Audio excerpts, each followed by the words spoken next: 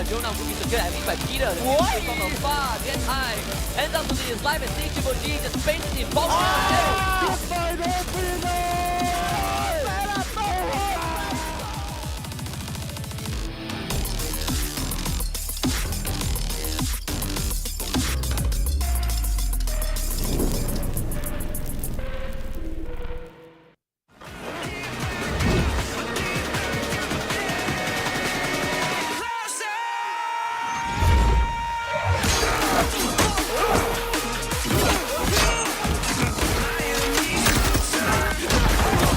Supplier! How'd you like them apples?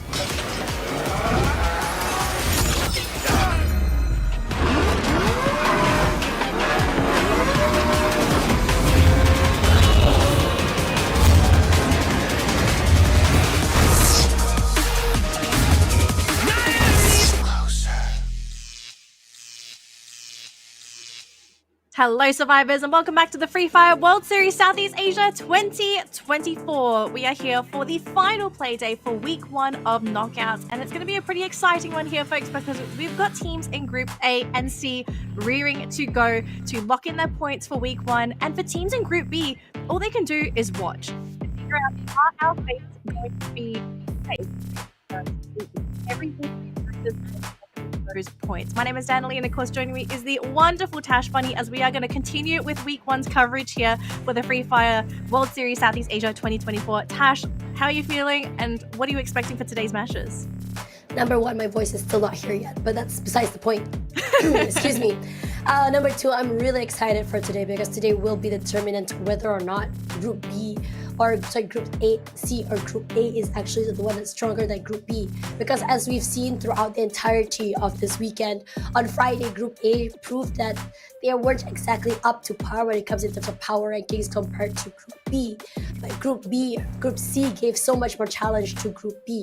Now when I talk about Group B, I'm talking about a few teams in particular. Stalwart Esports as well as Reverse Red are the 2 teams to watch out for right now. They are a team that has not very similar play styles, but similar in terms of aggression. One is a lot more bombastic, when one kind of like comes at you like a snake in the grass. Let's have a look right now.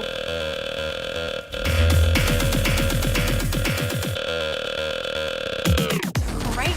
Now they are running Betis. It's so awkward play around those blue walls, play with their healing, if necessary, trash king of Indonesia. Does happen. It's gonna be on it, going up as well as the blue zone. 30 HP, Carolina waste. First, let's knock down. Do not fire World Series last year. Like low ground at a disadvantage right now. He's still attack around making no noise. Damage done by both of the Indonesian team. The hero, the gentleman, booyah! For PE Esports. Got a trade. Cypher's going aimless from the high stop side, so making it rain from above. And booyah! Very patient this time, and it comes off humongous for them. Okay, as I was saying earlier, power rankings from each group is very exciting. Stalwart Esports as well as Reverse Red are the teams to look out for. But enough for now, because let's talk a little bit about this tournament timeline. Now, we are currently in the knockout stage. We are currently in week number 1. And it's going to be going on for a few weeks. Now we have 6 whole weeks of this knockout stage. And in this knockout stage format, anything can happen, obviously. But because of how the format is made, basically you can collect as many points as you want each week. It's going to be hard when you let some teams go too far ahead. When the points mount up, you start to think, how exactly am I going to keep up with this momentum? And you can also say, for the teams that are on the other end of the spectrum, if you don't get enough points for those first couple of weeks, it really sets you back and it could put you in that danger zone. And folks, remember, the danger zone for all these teams is 12th place or below, because that is the cutoff for knockouts. And you've got to make sure, if you want to make it to the next stage, you have to make it to top 12, which means 6 teams, unfortunately, will be eliminated after 6 weeks of play. So the stakes are high, and yes, we're just in week 1, but at the end of the day, every week matters, especially when you're aiming for this prize pool. As you can see, folks, we are looking at a really big prize pool for these teams. Now, for all of our team, or for each team at the moment, they are guaranteed $3,000.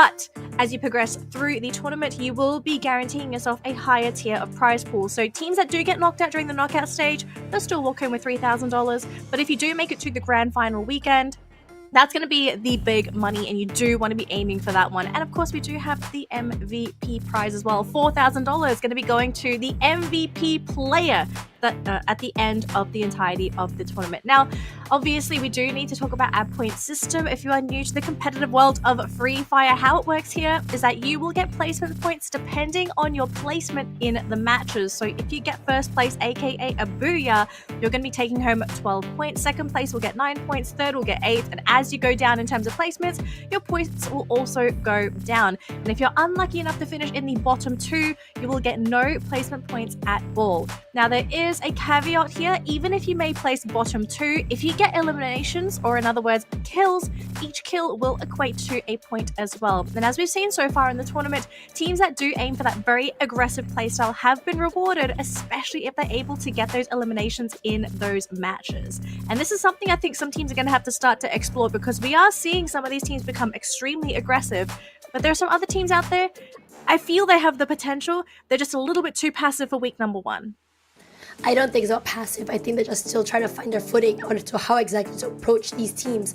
It's all about the counterplay, finding out which teams to stay away from early and which teams you want to fight. But enough about that, because right now let's talk a little bit about the tiebreakers. So how it's going to work, number of booyahs will determine who's on top, followed by the total eliminations, and finally for the last game that you're going to be playing in the 6th week, the survival rank you place on that particular game. Honestly, play as if it's going to be your last game ever, because it could determine whether or not you're going to make it to the top 12 or not. Now, speaking of the top 12, Emily, I think we had this conversation a few years ago, because I think we had like a prize pool for the league stage or knockout stage, and then there's also a prize pool for the grand finals eventually, correct? So I think back then, because the prizes weren't as big as it was now, a lot of teams are answering, okay, let's just get like top 12 and just call it a day. We don't have to really worry about getting first place and everything like that. But now with the incentives going extremely high with $100,000 on the line, I think that mindset's about to shift.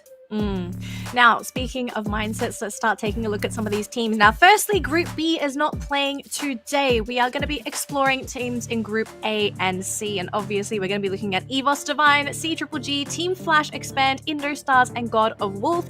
Whereas for Group C, we have WAG, DY United Esports, Ram United Esports, Todak, Onyx, Olympus, and Attack All Round. So these are the 12 teams that are going to be competing in all of the matches to close out week number 1. And I think to quickly recap for people, if you didn't tune in to the matches on Friday and Saturday, at this point of time, your current leaders are all in Group B. So we're looking at Stalwart Esports, RRQ Kazu, as well as Reverse Red. These are your top 3 teams currently on the leaderboard. But the closest team to come in from Group A and C that could potentially steal that spotlight is none other than Ram United Esports in Group C. This team racked up over CGG as well, but I think Ram, they're the closest, right? Because they have scored over 100 points in their games yesterday, and I think Reverse Red was sitting on like 196 points somewhere along the lines. They didn't hit the 200 mark, so there's a good chance that we could be seeing someone else sitting in that first place for week number 1, Tash. It's interesting because yesterday I started to get a feel of a lot of teams, and I think teams that really have to step up is going to be like WAG and Flash, because yes, they have their moments where they want to make things happen, but to me personally, it felt a little bit too passive. It felt like they needed to make more out of, and it needed to be a little bit more opportunistic. We saw moments where WAG wanted to, but they're just getting overwhelmed by so many different teams' firepowers. If they manage to overcome that and find their confidence, I think they would be able to just speed up to the top. Regardless, I'm really excited looking at Ram United. I'm really excited looking at Todak. They look really, really good coming into today. A team that's definitely, not only do they have like veterans on the team, but definitely I think in terms of like the decision making, in terms of taking higher risk, these are teams that are very, very okay with doing that, even though it doesn't come up with the, I would say, the expectations that they want it to be. Because for me, for week number 1, yes, things are not going to go to plan, obviously. You don't really understand what you want to expect to see from those teams. You don't really understand how your teams are going to be playing so many different games. But as you go, I mean, again, you have 6 weeks to work on yourselves. So on top of that, you have like 4 days really to really figure out what you want to do every single week. So even if you play dynamically, you change your playstyle every single week, you can really figure out what works and what doesn't work. Because yes, $100,000 is on the line, but perhaps the biggest idea right now is to make it into Point Rush, because 6 slots is there for you guys to get into the Esports World Cup in Riyadh very soon. Yeah, so lots of things on the line for these teams. I think another thing we kind of have to discuss as well is how are these teams going to fare up against each other? Because remember, this is a brand new grouping for these teams as well. They haven't played up against each other as of yet. They've all just played up against Group B. This is the first time that they are actually going to clash. And just very quickly recapping our schedule, it is exactly the same from our past 2 play days. We're going to kick things off with Bermuda first, followed by Purgatory, Alpine, Kalahari, Nexterra, and then we are going to round out the day with the random map. No, if anyone's going to ask, we don't know what that random map is. It is actually random. We only find out right before the match kicks off. But yeah, I'm kind of thinking, Tash, I want to hear your thoughts. Like, who do you think in Group A and C, aside from C, Triple G, and Buriram, like, who else do you actually think is going to do really well in this grouping? Group A and C? Yes. I think attack all around. I think we haven't seen them quite yet. They're very unlucky yesterday. We haven't seen them really show their aggression. I'm just waiting for them to pop off.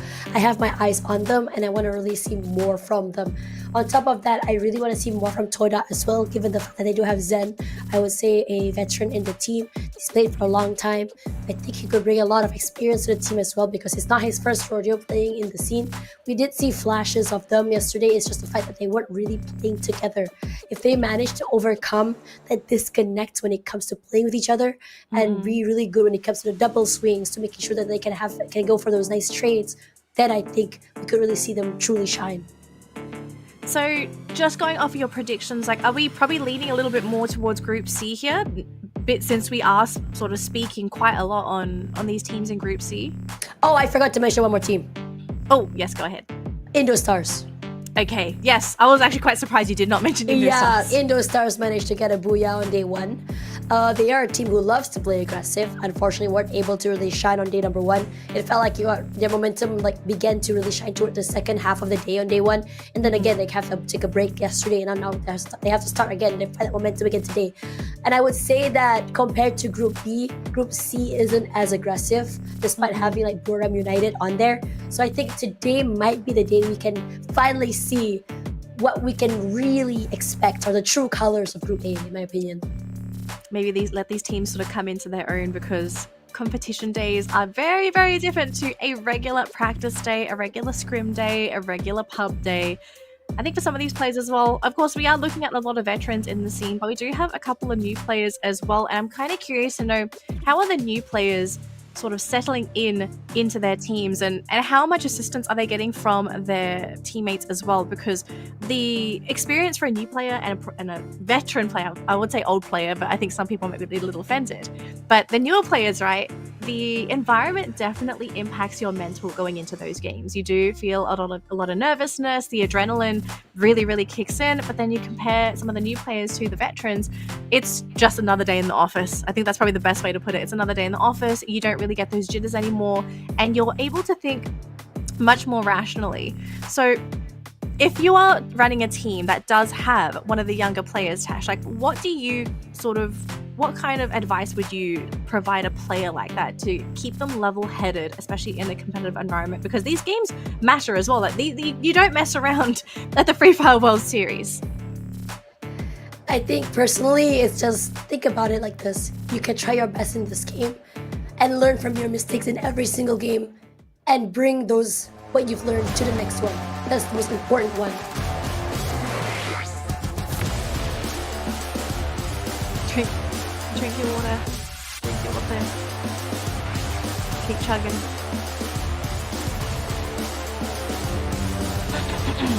Sorry, it's really wet. It sounds like I'm feeling it. I feel it. What, me? Yeah. Mine. Gotcha. Yes, mine is. Anyways, ladies and gentlemen, first game of the day, we are going to go here to Bermuda. I love these vanilla maps because it's a map that I feel like everyone is very, very adept to playing. They know how exactly to navigate these maps. They know exactly where to go. And also on top of that, it's not like the biggest map in the world. Rotations are not going to be like the worst. Kind of like Kalahari or even Nexterra. But what makes this map really scary is because when everyone knows it, who's the best at it is going to be the issue. So yesterday we saw a lot from teams like Reverse Red, Stalwart Esports that really shone on this map, when it comes to their aggressive plays, when it comes to getting rewarded for their high risk, high rewards play. I'm projecting a slower style play today. Or rather, like Buriram United day 2 yesterday. We saw the team really wanted to take it slow. They wanted to take their fights toward the middle game, toward the end of the game. But that didn't really happen, didn't it? Because it was like full throttle ahead because of the tempo put down by Reverse Red. Speaking of that, we already see aggression come through. Triple A on the aggressive. It's a three-way fight. We see Todak already up against WAG as well. Indostar is already up against another team. And then it's almost like too many teams are dropping in the same drop spots because people can't tell where everyone's going to drop. Because again, the change in the groupings is making it hard for everyone to really figure out what the game plan is going to be. It's always going to be game number one as well in those brand new groups. Like, you really don't know how these teams are going to be playing. So with all these knockdowns happening all over the map, teams are playing with a very, very spread out lineup at this point of time. Luckily for Attack All Round, they will get a revive there onto Korok. So he's going to be all right. But Isa from God of Wolf not going to be too happy if Poongod does decide to go for the chase there. But yeah, we saw so many teams. I think it's been a three-way so far, Tash. 3 separate engagements happening all across the map. And we're going to continue as well because Indostars is going to be knocking down one of Todak's players. Poor Trap going to be eliminated right off the bat. And it's only been 2 minutes into the game. And the tackle round still fighting as well. Finally catching Daching as well. And that's going to be another elimination there for Attack All Round, now sitting at 3 eliminations. Karora, though, looking to get another kill himself. Going to go into the building, and he will catch out Isa this time. So we're going to be seeing 4 eliminations racked up by Attack All Round. And they're going to try and scout the sky to see if they can find any more people that are reviving. Looks like C-Triple-G, they get into a skirmish themselves, but Peter will get picked up by his teammates. So it seems like the team has stabilized at this point of time. But Tash, we are seeing so many teams converging. Poor God of Wolf just wanting to get a revive up at the vending machine, but caught out yet again by Attack All Round. See, this is what I said exactly about Attack All Round, really display colors today. When you don't have a team like Reverse Red or Stalwart Esports, it's causing trouble so very early, which allows so many of these teams to really take advantage of the looting period, that you get to see all these teams start to shine. Now Expand is a team that had, I would say, quite good success on day number 1, and now they're trying to take out EVOS. EVOS as well, the team is pretty hot and cold, now in trouble. Prime MK is already taking out Aim Gods. And now Expand gonna be very happy with 1 elimination in the bag, and they are going hunting. I think they're looking for the rest of the members of EVOS right now, but they're not gonna give up this spot quite yet because they understand that where EVOS is gonna be, it's gonna be around here where the revival spots are going to be. Now coming back to Expand, a team that I think they're very interesting. They have like a few other members in their roster where they can sub in and sub out, like say Cobra per se. So depending on if they need more firepower or a less aggressive gameplay, they can just swap out the lineup to bring a different style of play to really scare everyone inside of the lobby. Yeah, they've actually used the portal there. Buriram going to be jumped on by Flash, but it looks like Flash may have just fallen into this trap this time. Buriram just hook, line, and sinker, folks. I mean, sure, Jonah may have gotten knocked down, but if you don't complete that kill, it's just going to be 3 points going to Buriram. This is huge as well because, again, the talking point for Buriram, this team is sitting on 100 points, very likely going to take that first place on that leaderboard if they continue to just play hyper-aggressive and be rewarded with these constant eliminations. I think another thing we kind of have to talk about, Tash, right, is the skill, the mechanical difference between some of these teams. And I think difference. There are some teams that in just a skirmish, like a full-on 4v4 skirmish, some teams are just going to win outright because they are much better. They're a step above when it comes to skill. And so for some of these other teams, when you're trying to determine whether you do and don't take those skirmishes, the most important thing is, do they have the information? Can they maybe predict who it is based on information of where some of these teams typically drop? Maybe there's information on where these teams typically move on that map. But if you are a weaker team mechanically, what do you do if you accidentally lock horns with a behemoth of a team like C-Triple-G? Whew, that is a good question, honestly, and I think the only answer is You run. I mean, like you can't really run either, because teams like C-Triple-G are just so adept at the long range fights. They're so good at like going for these flanks. They like to do these 3-1 formations where maybe you'll be running and then suddenly you're gonna get cut off by another team as well. Like it or not, I think the only way to really fight, and I think Bermuda United has also realized this yesterday, is to play as aggressively as the other teams. Take them to their fights. If you're not quick enough for that loot, then unfortunately you're gonna have to find a way to go for that further out revive, and then find a more quiet place to really reconvene, recollect yourself, and I would say resupply yourself as well. Because in a lot of situations yesterday, yes, there are those early revives. That happens all the time. But before these players even hit the ground, they're already shot sky high out of the sky, like flies. And speaking of a player taken out, Gardu, with the one found by Jonah, and Bermuda United is just on a rampage right now. It's 7 eliminations in the bag, and it feels like they're just slowly snaking their way through the entire map and looking for anyone who is basically just free, who can be free points for them. Because it feels like a lot of these teams are not even shooting back at them compared to like the teams who are fighting against Reverse Red. Yes, Reverse Red are more bombastic, but it does seem like people do want to take these fights against them, at least for yesterday. I don't know how they did it in this situation. I mean, Brewram literally corralled Onyx into their own eliminations. Like, they had 2 players corralling them in the back. They had 2 other players waiting in the compound ahead. Like, the way this team plays, it's really inspiring for somebody. If you're trying to get into Free Fire, it's inspiring because the way that they play, it is so tactical. Like, you can tell that a lot of thought goes into all of their movements. Yeah, like not just them locking into headshots, but it's just their positioning and the coordination this team has is just insane.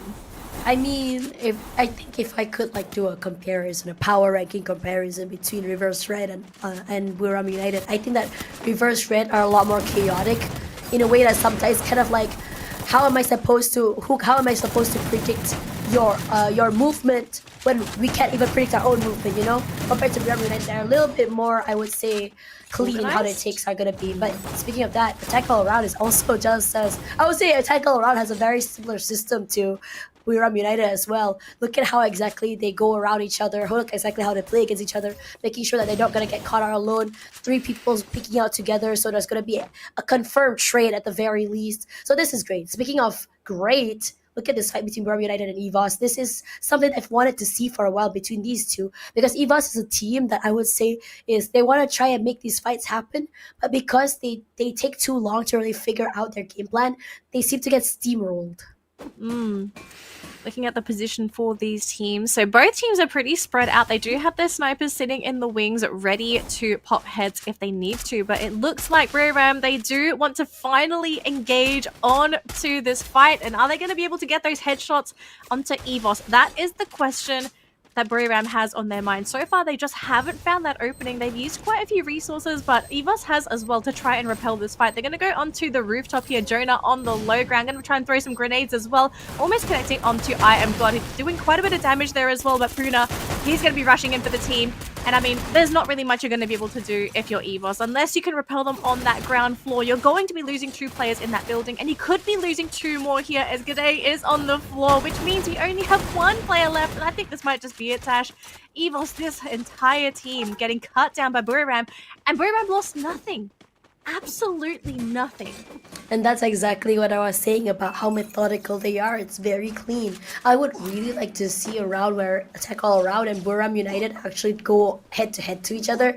But speaking of heading to head, Todak right beneath Dewa United. Dewa MR17 taking a lot of damage. Surprising that he's still alive.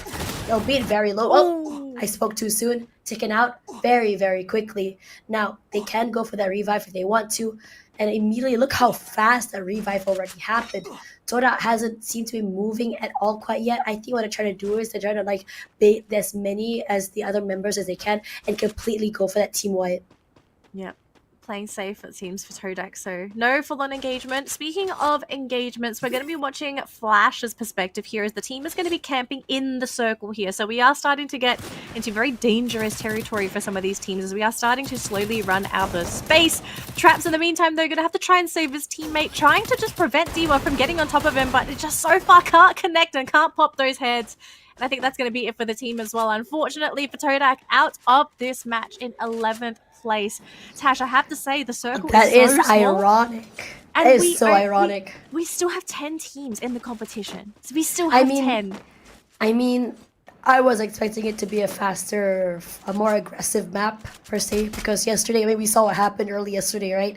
It was very chaotic, early fights. It felt like it was skirmishes throughout the entire map. But today's a lot more slow. I think like we're only seeing particular teams to snake around and pick these fights. Now for Todak just now, I'm shocked because they were the team who were camping and trying to go for that space held by Dewa United. Dewa United, a team that's so very patient. They were just waiting for them to be lulled into this false sense of security, just immediately just demolished them in just one go. And that team wipe was exactly what they wanted to do to Todak. Regardless, another team is already out of the match. Flash already eliminated. And honestly, in this particular round, I am excited to see the Axel take this fight against WAG. But that hold that thought, because we are United against Indostars. Indostars, a team that managed to get Booyah on day number 1. Also shown a lot of aggression as well, comparable to Reverse Red, despite not having as high, I would say, success with it. Jonah, beautifully done with those grenade launches. They do chunk a little bit of damage, but not enough to really matter. And Boreum United are playing this very tactically, coming in from so many different sides to make sure that they're able to go for these either aggressive plays or these nice little trades. Wasana, a long flank in the backside, making sure he can meet up with his teammates, and also keeping an eye out on WAG. And WAG, Wasana, Jonah at the bottom, so 2v4. There is one teammate at the top side, and Cyrus playing and weaving in and out of the blue zone. He is so undeterred by the damage because he knows how exactly to play around it. Ooh. 9 entry from the members of WAG is what they want to do, but WAG does not seem to be winning this. Krillin solo. Cyrus also barely making it out alive. He is still inside of the safe zone at the very least, but once those blue walls go down, I think this might be the end. We're looking at Expand coming in as well, looking to capitalize on all these wounded players from these teams. And looks like Roram going to be escaping with only one player on their team. WAG still hold up in the building. Expand wanting to get these eliminations. They want to get these points on the board. It looks like they're going to get this for free as well. I'm not sure. I think we might also still have a survivor for Indostars as well. But oh my gosh, Tash, what an insane fight within that tiny compound. 4 teams battling it out, and unfortunately only a few able to survive. Poor Wasana though, he's the sole survivor for Boream, who had such an aggressive early game. But now running into attack all round. This is the last team you want to be running into. Will get knocked down. And I think this might just be it for Boream. Unfortunately, not going to be able to place too high in this matchup. But they did have enough, I think 13 eliminations, 12 or 13 eliminations before getting knocked out. So they will still take home a good number of points. But we are still seeing 5 teams in the competition, 13 players left. And it looks like for now the healthiest is going to be attack all round and C Triple G. Look at this. C Triple G, 9 elims on the high ground. They are ready. I love what they've positioned themselves. They have full control of the area. They have all the information. One more has been massive on day 1. Oh, they got him. Those pickoffs. They did find him in the end. Evos now out, but C Triple G, a team that I think really heated up quite late on day number 2, on day number 1, seemed to be carrying that momentum still. Very quietly on top of that. It's not as bombastic as like what we see from Boream United or Attack All Around. Speaking of that, Attack All Around, getting sandwiched between Expand as well as C Triple G. C Triple G managed to get that revive onto one more as well. That's going to be key. They need one more to provide a long-range cover fire, but now they're getting chunked down. Circle not in their favor, and Expand is just taking advantage of that. Their teammate does manage to get revived, surviving as he drops down. But Expand also need to get into that circle, and it's gonna be hard. They need to take this fight against against Attack All Around. Jeez, yeah, because if you take a look at where the teams currently are, it actually looks really good for CGGG because that's where the circle is going to be. So Expand will have to play up against Attack all around. Karora going to be sitting on the high ground on the back of the team. Can he get those snipes in to help them out? Xroy, he is trying to rush in, but with all these blue walls, this is preventing him from actually finding a good opening to go into this fight. So this actually might end up being delayed, and instead the teams are just going to have to try and find a safe way into that safe zone. And Karora, though, getting a really nice angle on that rooftop. He's got those blue walls to protect him. His teammates are in front and ready to go. If Expand peak at the wrong moment, they could be punished with this. And look at this, going to try and break through that glue wall. They're going to have to break this jump cord. Unfortunately, going to be going down immediately. Eliminated as well. That's going to be an elim for the team. But look at this, Attack all round. Now sitting on 19 eliminations. Purgatory, though, unfortunately going to be caught out. But Expand going to be ending the round in third place, leaving CGGG to play up against Attack all round. And Karoro, he's still on the rooftop, but the rest of the teams, they are fighting on the low ground. Jump Squad going to be flying into assist his team as well, but CGGG seem to be in the more advantageous position because they do have more players on the ground at this point of time. CosQ trying to search around, get into position to actually pop heads, but doesn't really matter, Tash. It doesn't. They get the booyah. It all happened off screen. CGGG, what a flawless game for this team. Love seeing it for them, how they took full advantage of the lower ground, and it's all about that area control. They were so good at making sure that, okay, while they were already on the high ground, they were already in that circle. Leaving one more on the top side allowed them a lot of information gathering, that punish when it comes to long range hits. One more has been very, very, I would say, scary when it comes to those instant hits with a sniper. Now the rest of the team, all they have to do is just play toward the side of the circle, just weave in and out of the warehouses, and just really catch them off guard. The shotgun meta, I think some of them were running their shotgun, which really helped to chunk a lot of damage as well. And they aren't playing so separated with each other, which means that trades are going to be very, very possible and not getting caught off guard. So while AAA was able to go in for that revive, but again, these last minute revives has no value in my opinion, because it's hard to do hero plays but you don't have any, I would say, utility, armor, and weapons.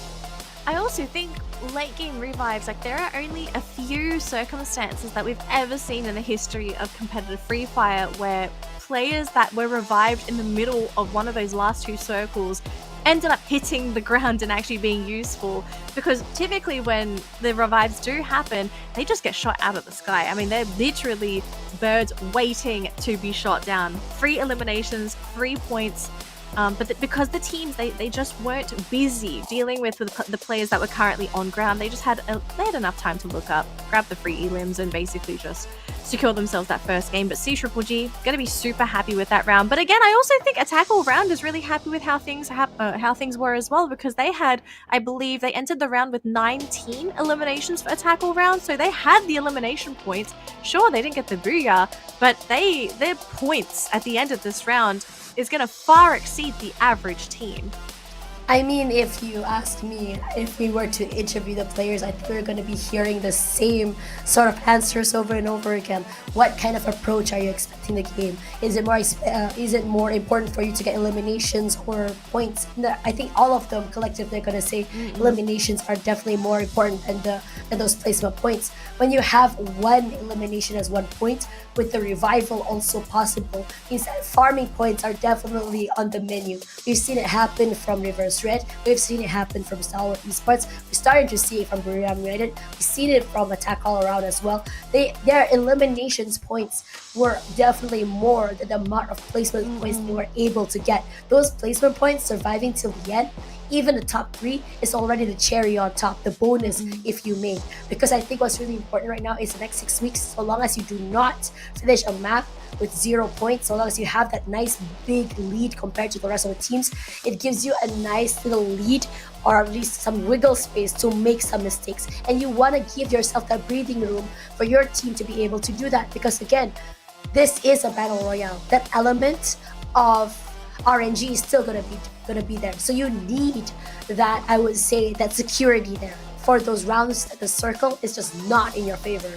Yeah, luck really does play it does play a big part in some of these free fire games, and in particular, obviously the one in Purgatory. I think Purgatory probably has the most punishing circles out of all the maps, especially around that water. But speaking of that, we are going to jump into Purgatory next, but we do have an interview lined up, so let's see what our winners have to say after our first game today. Hello guys, welcome back to the interview on the third day. You are with me, Yuki Dekyu, and I'm with the winner of the first Booyah! Hey! Can you introduce yourself? แนะนำตัวเองหน่อยค่ะ ครับผม CG Cos Q ครับ นี่ Cost Q from CGGG. How do you feel right now? รู้สึกยังไงบ้างคะหลังจากที่ได้ first Booyah ดีใจมากครับ I'm very happy Okay. maybe excited nervous So I want to know what adjustment did you make to your plans during the day off? หลังจากที่เราพักไปแล้ว1วันเนี่ยเรากลับไปแก้ไขฝึกซ้อมมายังไงบ้างคะ ก็ไปดูรีเพลย์ครับ แล้วแก้ไขจุดที่เราผิดพลาดครับ Oh, can you tell? Oh, okay. we went back to watch the replay and trying to fix our mistake Oh, okay. Can you tell us what the mistake you did? ปัญหาที่เจอคืออะไรคะ เราไฟแพ้ครับ ไม่มีความมั่นใจครับเมื่อวานนี้ We lost the fight at the beginning of the game and we don't have much confidence we're trying to fix that Okay. Because of you begin the day with the first Booyah. So how many Booyah do you think that you can correct today? วันนี้เราเปิดเกมด้วยบูย่าแรกเลยคิดว่าวันนี้เราจะได้บูย่ากี่เกมคะ สัก3เกมครับ ครึ่งต่อครึ่งอะไรอย่างเงี้ย Oh my god. maybe three booyah half Half. That's a lot. I hope you can do it. Okay, good luck for the next match. And now you are ready for the next match? Battle Inside. Back to you, Shoutcaster.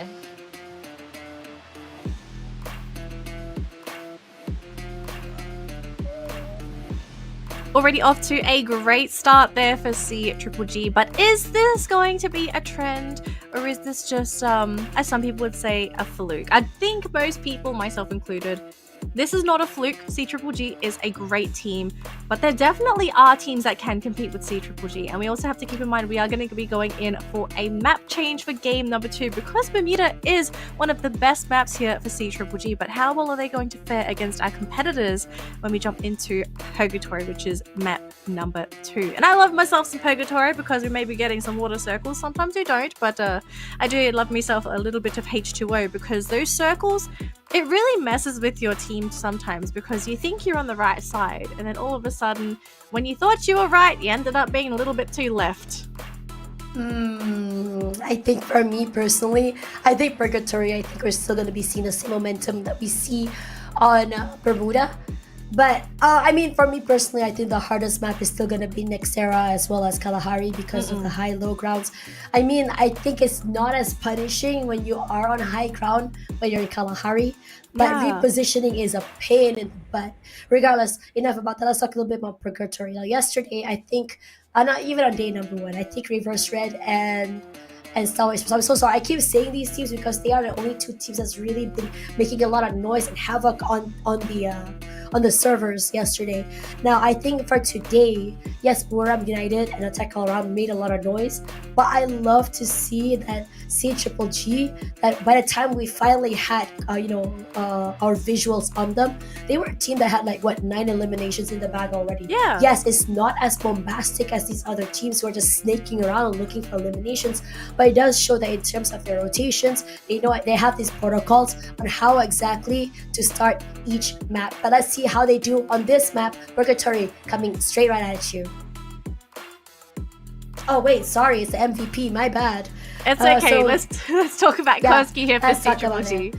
I mean, Koski is interesting because I feel like since day number 1, his face has been here in the MVP. Using Tatsuya and his weapon, I think that he's definitely one of those players who can play mid to close range when it comes to how he wants to approach each map. Because I think, for me personally, if you ask me, who's the outstanding player for, who's the most eye-catching player for CGGG, it's gonna be one more. But Koski's name, if you look at the feed, if you really pay attention, it's gonna be Koski Cosq, who's up and down and centric, running in and out, playing to really give that space to his teammates.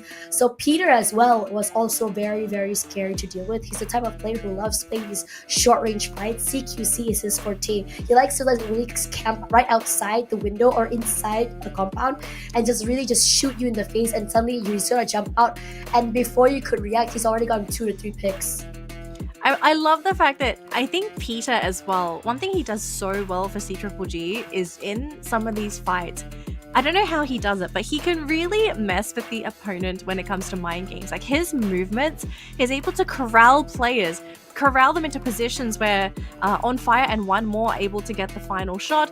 Peter himself is actually a fantastic shot as well, not to say that he's just simply there as a meat shield and to hurt players towards his team. He's what I would say the frontliner, one that who's giving that space. You know, he's just like making that space for his teammates. One more, all he has to do is just say, Peter, there's a guy inside that compound. I'm gonna try and lure him outside. You wait in the corner there and just shoot him in the face. And that's exactly what they do. I love CGGG's communication right now. It's so very clear. You can tell how well they are communicating with each other on how exactly they want to approach each fight and each rotation. Exactly. So even though we're looking at some of these teams, and sure, maybe the numbers don't look good on paper, but once you see these players in game and you see how they move, what they're thinking, and how they're assisting their teams, sometimes the most impactful player on the team is the one that's actually the quietest. And Peter, you know, Cosq, his entire team, like, they can get all the glory. Peter, he doesn't care if he gets a MVP or not. He already knows that he is the main pillar for this team, especially when it does happen to be around those team fights. So CGGG, is this momentum going to continue into Purgatory? We're only going to find out when the map does begin. But let's talk about some of the other teams in the competition, because of course CGGG, they started the day with a booyah. They're not the only ones that are aiming for this booyah, right? So let's go back to Buriram, okay? What kind of happened with Buriram in this match? Because they started out pretty hot, and then all of a sudden they kind of petered out right before that late game. Like, we saw them get ambushed, and then they split up. Wasana tried to go off on his own, and then I think he also got shot down by I think it was either CGGG or Attack All Round. It was Attack All Round. So what happened right now, it was that I think, this is just my guess, is that they understand that they were getting sandwiched. So what they wanted to do was send maybe 1 or 2 people to another side, perhaps try and catch them off guard in the middle of a rotation is number 1. And number 2 is maybe go for that nice long flank to make sure that they don't get, I would say, backstabbed or even third-partied. But in this situation, it was a problem between the circle, their positioning, and being in between these two teams. It wasn't just like WAG there, it was attack all around as well. WAG wasn't really a problem to them. It was going to be attack all around, because WAG, while they weren't really, I would say that in terms of firepower, they are going to be as high as Buriram United or even attack all around. But what happened was that they didn't have the man advantage. They didn't have the numbers in terms of firepower, and that's what caused their downfall. So they really have to figure out how exactly they want to deal with this when they are in a position where they are a third party, when they are sandwiched. Because in that situation, a lot of times the team that's in the middle of the two teams are going to be going out first. Now, let's talk a little bit about elimination leaders. Purgatory, Wasana, Folky, One More, and Cosq. These are the players that I think, I'm not surprised. I mean, we saw their name all around on the kill feeds. We saw especially Purgatory. I think Purgatory is very interesting how he takes a fight. He's not afraid to really not to just give up space, but he's okay to retake that space as well. Oh, I'm about to lose. Okay, let me just get outside. It's okay. Just let them have this compound for now. Let me go for that reset and then find another way in and just catch them off guard. I love watching that from him. Wasana is a player that likes to go for these long rotates, long flanks. Like, he can do, like, I would say a trip around the world just to really backstab a team. And I have a lot of respect for him for that, because his timing, impeccable. All right, we've got our key players for the previous round as well. Wasana with the eliminations, Kororo with the damage, Mr. 17 with the revives, and Fikri with the teammate, revive teammate times as well. So I have to say, Mr. 17, he had a tough game. I mean, you got revived 4 times in a single game. It just goes to show how tough a match that was for D1 United, because they unfortunately didn't go too far in that round. They did get picked off towards that middle, the mid game as well, because we did see so many skirmishes at the beginning of the matchup. But as you can see from the weapons, lots of snipers ended up being the main weapon of choice for these teams, especially with how that late game circle ended up happening, right? Like Attack All Round, they were playing the range game. They weren't in anyone's face. They didn't have to run any shotguns. They just wanted to stay back, shoot from range, get the free damage, get the free eliminations. Everyone else is sort of just at the mercy of Attack All Round when everyone was at the mercy of CGGG eventually as that circle just started to close on in. But I think this is...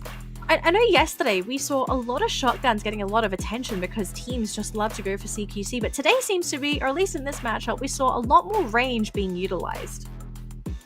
Not surprising. I think it's more of like the preferences, because RRQ and Reverse Red are teams that love playing that CQC game. But I think for the teams from A and C are teams that prefer that mid to long range sort of fights, which I do not also think is a bad thing either, because if you see how these two teams play, they don't really put themselves inside of a compound. They prefer to hold the high ground. They prefer to hold an area and just try to shoot from another area, deny people from getting into the circle. That's what they prefer to do, compared to RRQ, who likes to just hold themselves out into a compound, lure them into this false sense of security that, oh hey, we have a really good compound, just shoot them and just blast them sky high. It's a whole different way of approaching each map. Regardless, I think each one, it comes with different strengths, and it's very fun to see this all around. Now, for overall standings here, Reverse Red still managing to hold down that first place spot for 175. Stalwart Esports as well as RRQ. But from number 6 all the way to 4th place is Buriram United. They're doing very well. I wouldn't be surprised if they would to end the day at maybe 1st or 2nd place, given the fact that it's only 60 points behind. Now, another team that's gone up right now would be CGGG at 113. Attack All Around as well has really climbed their way up as well. I'm really excited to look at Expand and Indostars as well. Now, for Flash and Todak, still no points in the line in the game, because they number 1, they didn't manage to encroach even 50 points. So now it's just a matter of trying to get those points to play catch up, because if you're putting yourselves anything under 12th place, it's going to be very, very scary.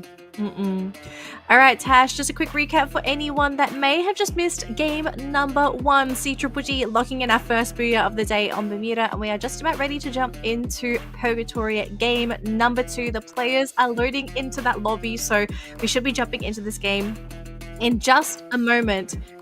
Tash, I know we haven't done this on the broadcast as of yet, but I want to kind of hear your prediction. Game number 2. We're not pulling favorites, but who do you feel has the best chance for game number 2? I think Buriram United. I'm not talking about Booyahs, I'm talking points wise. I don't think Buriram United is going to be stopping anytime soon. Buriram United and CGGG are two teams that are, I would say, very, very momentum based. CGGG hasn't stopped from day number 1. Buriram United seems to have found it toward the last part of yesterday. So I expected to see more of that. Regardless, we are going to be seeing the Purgatory game happening right now. So let's see which team shines and which team still remains at the bottom of the barrel.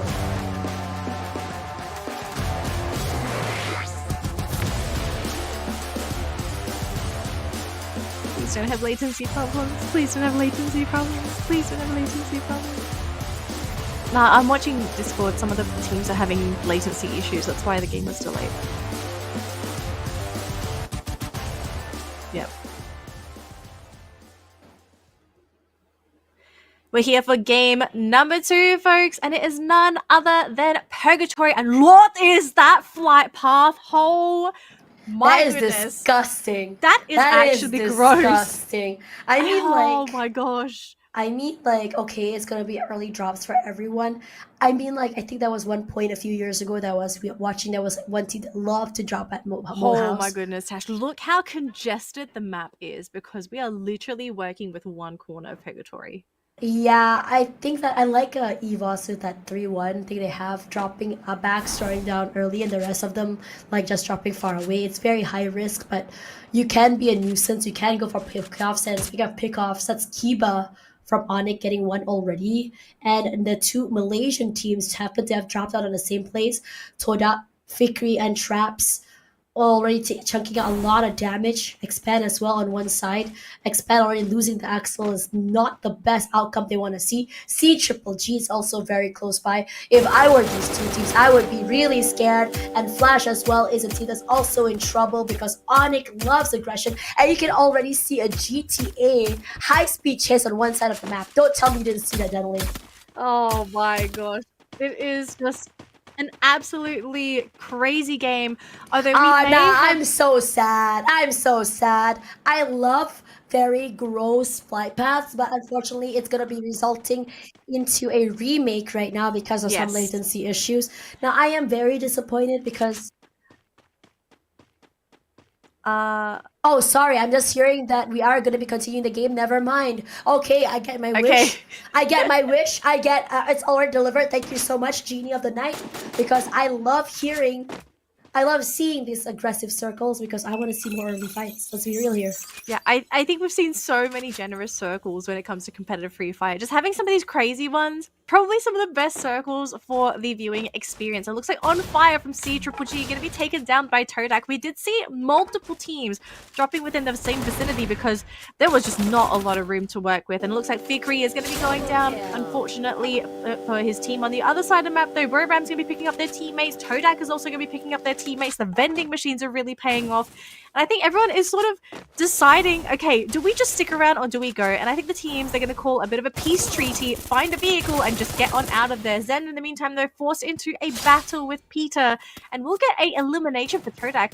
What a great start. We were just talking about how unlucky they were to have been in the same compound as X-Band, but they came up on top. They got a pick onto the axle. They played a little bit more passive, saved his teammate, and then immediately moved out of the way. We were just speaking about Morehouse and this area completely taken by EVOS. Now, holding that thought here, Buriram United might be in trouble. Wasana was caught out all alone. Surprised that he survived. He's so very low. I don't think he's going to be able to go for that reset. Goes inside the compound. He's going to be able to get out on top. But this is beautifully done by EVOS because they have this nice little split going 1-2 area and they're just sandwiching him. But the question is whether or not he's going to be able to survive. They got him. Quite. It's a nice jump shot by AimGod as well to make sure that he doesn't get chunked in the face in case that he has a shotgun. So very well played. One elimination for EVOS. A good start for them, honestly. Yeah, lots of players getting picked up, and even though Wasana went down, he actually immediately got picked up by his teammates. So I suppose they were ready to get that pick up, but who might not be ready to get picked up is Diwa and Todak, because these two teams are currently engaged around these crates. And at the moment, Todak is occupying the center section. Diwa is on the outside, and it looks like at the moment we're seeing two players on both sides actually on the floor. They do get the pick up there. So Diwa, they do have a numbers advantage. Todak, in the meantime, though, in such an awkward position, not too happy with how this fight is going at all. And they are going to try and bail, and I do believe one of the players has driven off here. So Diwa not able to get any more elims, although we are looking at WAG in a skirmish of their own. And they even sent out one of their players to run away. And Indostar's actually trying to get a pickup here. But Krillin, being a pain in the backside, can Raz pop his head? He needs to save his teammate. I don't think he will be able to. Oh, what a jump! From high ground and low ground, he took advantage of that. I love watching that. Now Krillin all alone will immediately be deleted, and now the Ghost, I think he's trying to see what can he do here. He knows that Stars are quite low. He has the high ground advantage. Raz is very quick, still going in for that reset. I think he might be able to jump shot. Nope, not gonna be happening. This is the most aggressive I've ever seen WAG, and I love this for them. 4 eliminations in the bag for them, and no problem getting in that revives as well. I feel like this is the same as game number 1. I think today, WAG, they probably had a discussion, sort of looked at their games and thought, okay, I think after yesterday's games, we need to pick up the heat. We need to really crank it up a little bit. And, you know, as you said, they are picking up that aggression, and it's really paying off for them as well. I think after today, they're probably going to have to explore a little bit more of this for week 2's games as well, because they're doing a really good job playing this hyper-aggressive style. Now, speaking of aggression, Onyx themselves are actually looking to flank Flash, although I think Jack may have been spotted here, and Flash, they are sticking around with their team, but I don't think this is going to be the best spot to be hiding if you're Flash. There are just too many players from Onyx in the vicinity. How did he survive that? Oh my god. And here comes Jack. Impressive dodge. Yep, Jack coming through forward as well. And from both areas, just going to take it out. This is a teamwork I wanted to see here. I do not like it when you go into a 1v1 isolated fight because it really puts yourself at a disadvantage when you don't know what weaponry the enemy is going to be bringing into the table. Now, we can already see that Buram United has 2 revives already. And I'm actually quite shocked here because I was expecting these early fights to be fully dominated by Buram United. But I'm also, on the flip side, loving the other teams really corralling or as rallying to the calls of aggression and not allowing Buram United to just get away with this aggression. Now, speaking of aggression, we could see some bullets fly between WAG and EVOS. Both of them are eyeing each other. They do know that they are there as well. Maybe still thinking whether they want to commit to this or not. Wasana, in the meantime, though, will get the connection there onto 18 Deer. On the other side of the map, though, Expand reviving 2 of their players, and Flash will be reviving 1 of their own as well. Buram still hunting around, even though they didn't have the best game in that previous round. They're just going to continue doing what they do best. Just look for those eliminations, pressure teams wherever possible. And speaking of pressure, going into a wounded WAG, this should be a free round of eliminations. They do connect onto Dolphin, and with the numbers advantage, this might just be it for WAG. Oh, their final player in that watchtower. Not too happy about that one. Oh, but they did have 1 player escape, so they do have a chance to come back into this game, assuming that last survivor does not get sniped.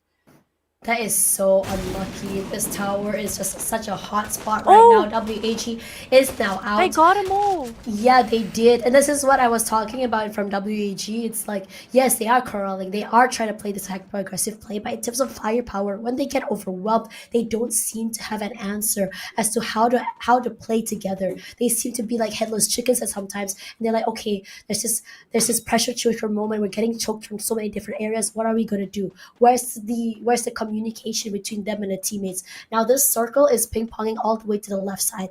This is not only a very, very painful flight path, it is a flight path that has a circle that's all the way to the opposite side, and also a circle that's ping-ponging all the way to the left side as well, which makes it so hard for a lot of teams to even just rotate inside the circle, because at one point you think, okay, I have the prime spot here, this is going to be good, but then suddenly the circle pulls to the left, you're like, okay, now we have to move all the way left.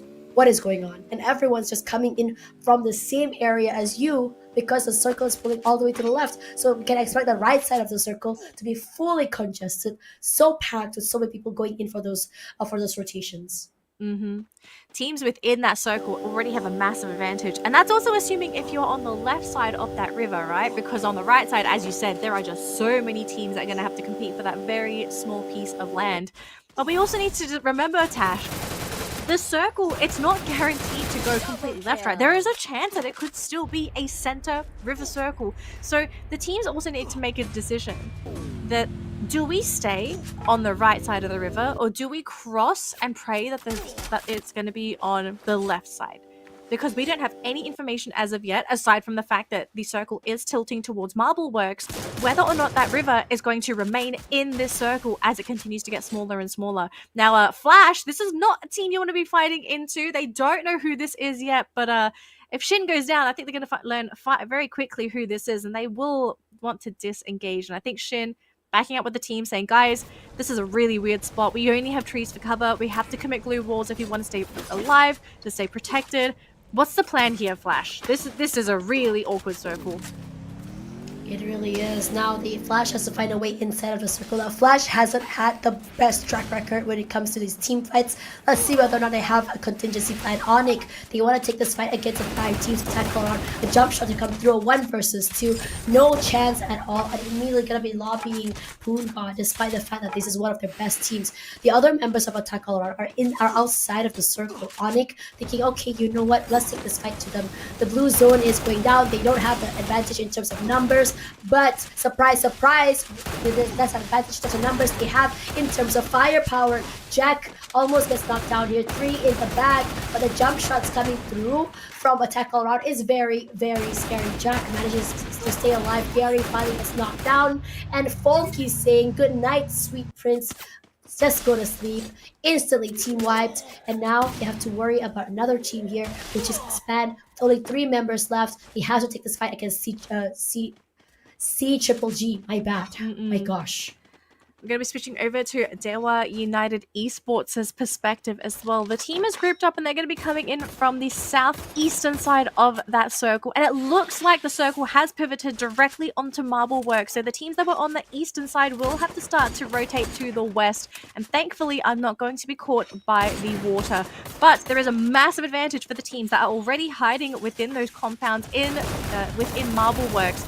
So the teams that are not there yet, that haven't found their safe space, they're not going to be too happy, and it's not going to be easy to find their own compound to use, especially if there are some of these teams sitting around the edges looking to gatekeep, looking to get those free points.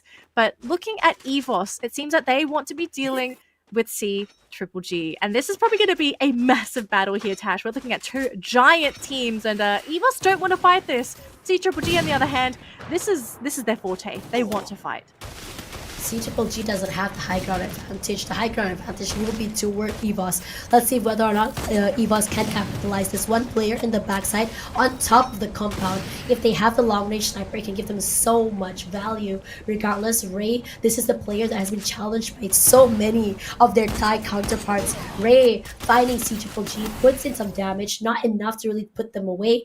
He does dash forward to just give him a little bit more space against them. Peter, what a nice dodge! Really good dodge coming through. On fire, gone down. Cons Q is going to try and go for that revive. He does actually. I'm not sure if they can go for that reset. Now both of them will be knocked out. Both of them will be lobbied, and suddenly the players from CGG, the numbers have already been chunked down. There is still one more player they have to worry about. He's just trying to play ring around the rosy inside of the arsenal. One more gets taken out, and I think that might be the end for them. Yes, it is. 9th place for CGG. Not the shabbiest, but definitely a shock to us. EVOS showing their true colors. The Indonesians really doing well on Purgatory so far, because not only is it EVOS, but it is also a Dewa sticking around, doing a significant amount of damage to these teams that are still remaining on the map. We are still looking at 8 teams alive on the map as of now. 26 players still sticking around as well. Dewa, they're looking to go for the engage here onto EVOS. And oh my goodness, I think EVOS may have just been overwhelmed here. We do see one player that's dropped on the side of Dewa, but EVOS with only 2 players, best thing they can do is just get on out of here. But it looks like they're just feeling the heat, the pressure, committing to the fight. In the meantime, though, Expand is going to be finishing in 8th place during this round. Dewa, though, still fighting into EVOS, and unfortunately for EVOS, they just don't have enough firepower to overwhelm Dewa. But this has given an opening for some of these other teams to start pressuring Dewa with 2 players down. Still waiting. Dewa, MRO5. Such a household name, this player. Nice little reset as well, because honestly, I'm shocked that they're still able to just really bring this home. MRO5 already has 5 eliminations, and he's just really walking around this area as though he's like, there's just no fear, as though he just owns the entire area. Regardless, Yanbin gets knocked down, Shin as well. Artemis' teammates just trying so hard to stay alive. A jump shot to come forward and attack all around, just like their name. Attacks from so many different sides. I love this for them, because not only does this really enable them to really juke a lot of those initial fights or any surprises, but also does not allow their opponents to really reposition themselves. Flash and EVOS are out of the game as well, so we are now down to our last 5 teams, folks. Our last 5 teams. And of all the teams here, we have Dewa, we have Buriram, we have Indostars that's currently under attack to Buriram as well. We still have one more team, Attack All Round, playing a very interesting game, sitting right under the building that Buriram is in as well. Peace treaty for now. These 2 teams don't want to engage, if anything, but the time will come when that circle gets a little bit smaller. They are going to have to start moving. So we could be seeing Attack All Round having to deal with Buriram. And actually, they're going to port the entire team out. So that portal, getting them out of there. Todak, in the meantime, do finish in 5th place, meaning we are now down to our 4 last teams, Tash. 14 players. still so exciting to see all these players, and suddenly it's just cutting the noise. But look at how many teams are coming from the north side.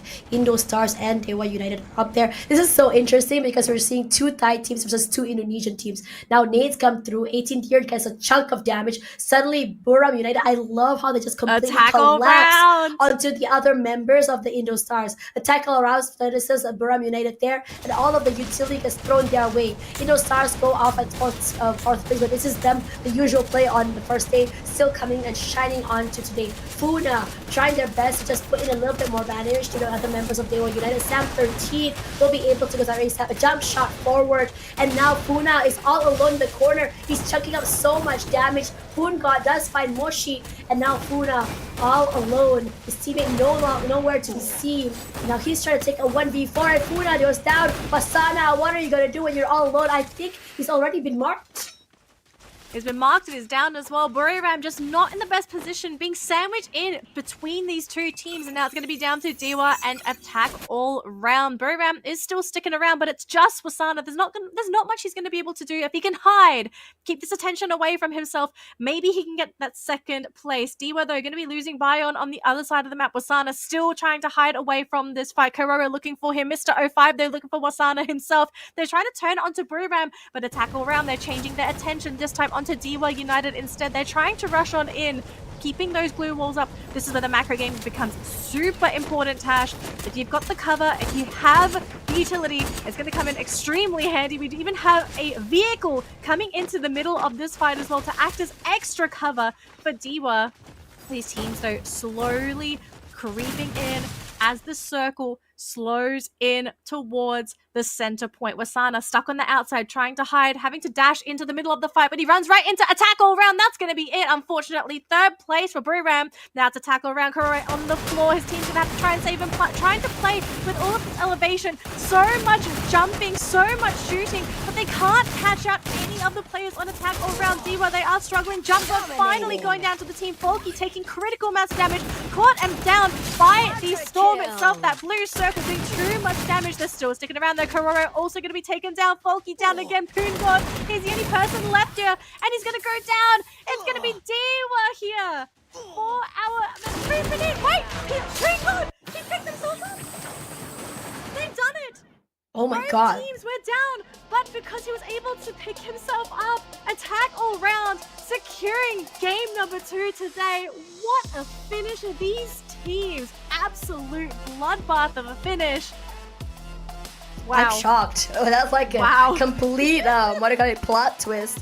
Because honestly, it looked like Dewa United actually had that in the bag, was not expecting Purgatory to just randomly come up online. Because remember, I said just now, Purgatory does get eliminated, but I wasn't expecting for his teammates to just surprisingly manage to pick him up at the very last minute.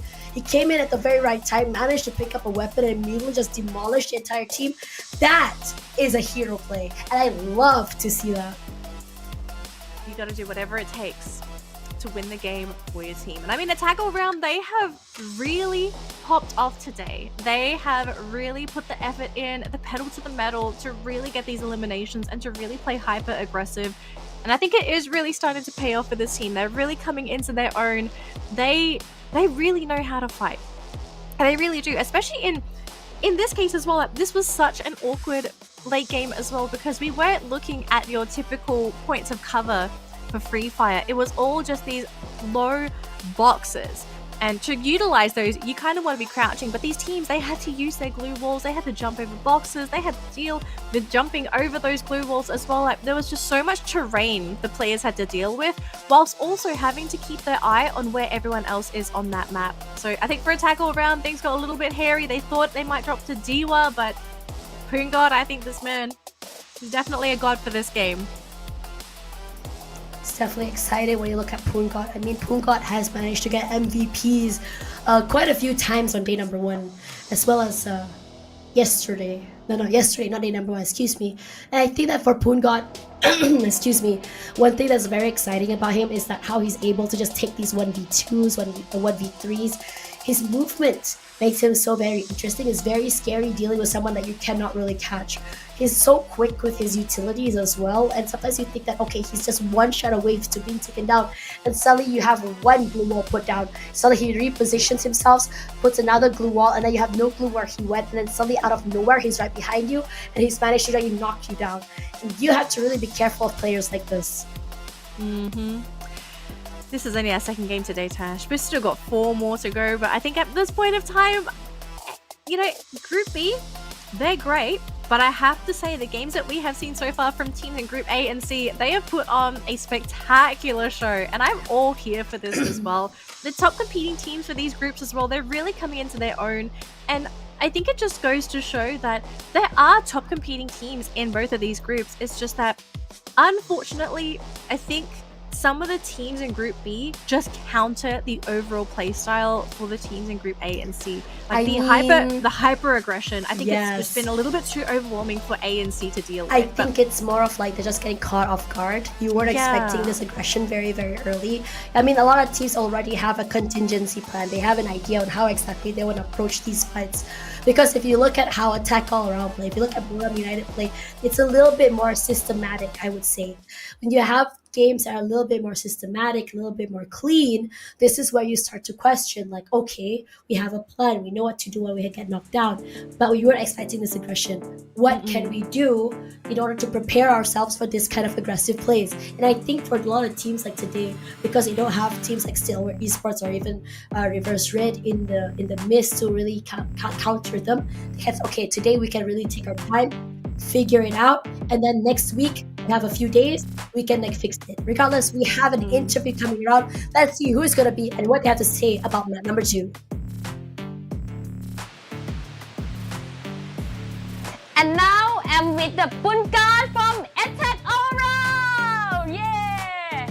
It's been a long time after waiting, but now he already shy in the international competition! Congratulations, Purgatory! Woo! สวัสดีครับผมก่อนนะครับ Hi, it's Purgatory. Okay, if you guys didn't know, I will FYI, Purgatory have been in the international competition, but it's a very long time, like 3 years ago, right? Yeah. And this is the first time that you come back with the booyah. The last scene, what happened? Can you tell us? อันนี้เป็นครั้งแรกหลังจากที่ปุณก๊อตได้เล่นเมื่อ3 ปีที่แล้วนะคะนี่เป็นการกลับมาครั้งแรกของเวทีอินเตอร์รู้สึกยังไงบ้างคะ ก็ดีใจครับที่ได้กลับมาพิสูจน์ตัวเองครั้งในเวทีระดับโลกครับ I'm very happy that finally I can come back to prove myself in international competition. Are you confident that you and your team will go to Vietnam so you can compete in foreign abroad? มั่นใจไหมคะว่าทีมของเราจะได้สิทธิ์ชิงตั๋วไปเวียดนามครั้งนี้ ค่อนข้างมั่นใจครับ Quite confident. Yeah. So there are a lot of fans that ask for Purgatory, I wanna hear him come, I wanna watch him. Anything to say to your fans? มีแฟนๆแบบว่ารออยากเห็นปุณก๊อตมาให้สัมภาษณ์มากเลยแบบรอให้เอได้บูย่ามีอะไรอยากฝากถึงแฟนๆไหมคะ ก็ขอบคุณที่เชียร์ครับผมมาแล้วครับ Thank you for support me. I finally come back here. Okay, thank you, Purgatory. Hope to see you in the next game. After you, Showcaster. Bye. That's a very happy Purgatory there. Big soft smile, but I mean picking himself up and doing a hero play, that's disgusting. He literally saved the game. Okay, you deserve to smile. I need like 3 showers after seeing that. That is ridiculous. I was not expecting that ever. I didn't even think that was possible. I thought the blue zone was gonna get to him first before he picked himself up. I don't know how long he was spamming that self-res button, but it paid off. Quick thinking. So we've finished up 2 games already, folks. We are going to have 4 more games, but before that, we are going to give the players a short break because 6 games back to back, we do need to make sure we take care of the players as well, okay?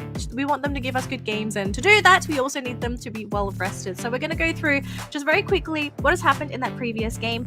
I want to see the leaderboard. I want to see what kind of changes we're going to be expecting, because I think there were definitely some teams that we were eyeing that we thought, okay, these guys are going to dominate the game, they should get most of the points.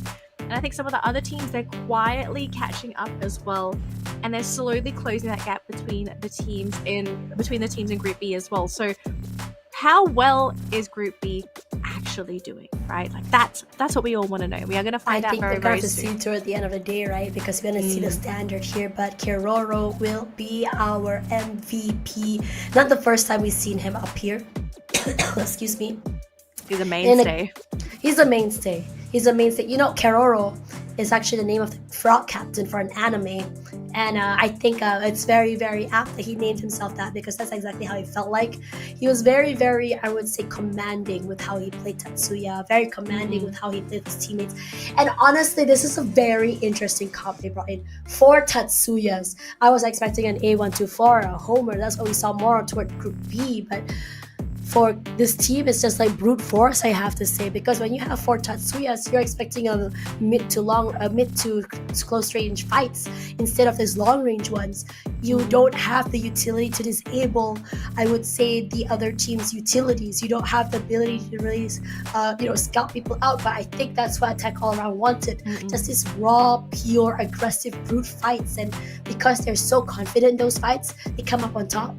And I think it really paid off for them too, because I kind of feel like Tatsuya in that particular final circle as well, like just because of the terrain, I really think Tatsuya really paid off as well, because you could see the teams just really struggling to move around the terrain, like just having that dash, being able to just quickly reposition yourself. I think it really helped the team when it came to that late game positioning. Like maybe things could have been a little bit different if they didn't have access to that dash. But aside from that, our elimination leaders for the round, we're going to be looking at Mr. 05 as our number 1 here. But I mean, almost everyone here has 5 elims. The only one that's missing out on this extra elim is Poongod, but I mean, he won the game, so I think we can call him a even here.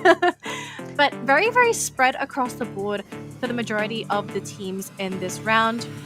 Key players, though, are going to be looking at Sam 13 from D.Va for 3 eliminations, Fikri for Todak for 3 revived, Sam 13 again, but this time this guy is getting 16 headshots. Do you know how hard it is to land headshots? Like, yes. if you're landing a headshot, especially on a mobile game, it's almost hard. The screen is tiny. You have to really be precise. Yes, you can just quickly scope and unscope, but you have to also be quick to click that, I would say, that shot button. So you have to be really quick on that. Now, I think this is not going to change. The only thing that's changed in the past 2 days is the difference is the M1887. The 1887 here is the difference maker, because I think the last 3 days we saw Chargebuster, Trogon, and Bison. Danley, why do you think it's going to be a change here? Sorry? Why do you think there's a change from that? For this particular map? It might come down to the teams just sort of evaluating, okay, what kind of options do we have for this particular map? Like maybe if we go for a change, is this going to be a bit of a difference maker? But then again, we also have to consider like the circles. Yesterday's circle was way different compared to today's as well. Right. Maybe they thought that this was going to be a better option, especially with the fact that there just wasn't as much cover. Like the only cover that teams are looking at for the final 2 circles was their glue walls. They could not rely on the natural terrain, natural walls, natural compounds. They just didn't have access to any of those at all. But to round things out for game number 29 2, is a lot, actually. 29 is a lot. Massive points. This is massive, because this is comparable to what we saw from day number 1, I believe, from, if I'm not mistaken, it's Reverse Red. And on top of that, Dewa is not too far behind as well with 25, only 4 points different. Then the rest are all just a little bit more, I think it's a lot more bigger in terms of their, I would say, their points, because it's more of like elimination at this point. Because if you look at it, C Triple G with 12, Biram United with 11, Dewa with 16, and now Attack All Around with 17. We can start to see which teams are going for those elimination points and which teams are trying to play for survivability and play for that placement point. Honestly, I think I expected more from the Vietnamese teams and the Malaysian teams. We have not seen them shine at all. But at the same time, I sort of understand what is going on with Thailand. Thailand being such a dominant region for a long time, challenging Indonesia. And I really think that Indonesia has really rose up to the call and just really answered that challenge.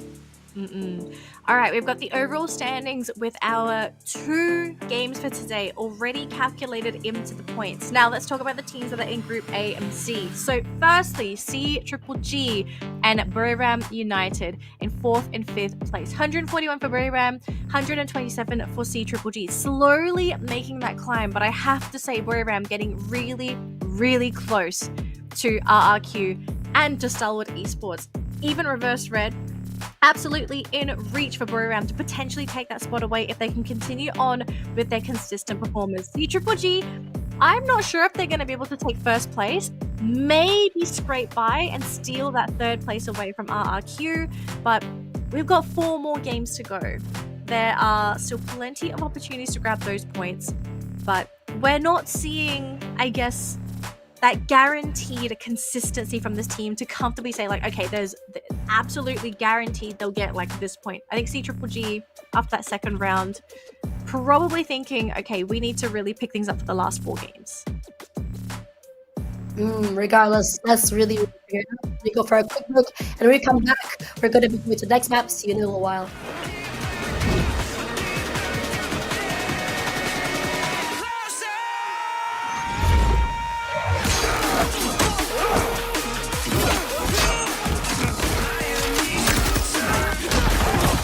Supplier! How'd you like them apples?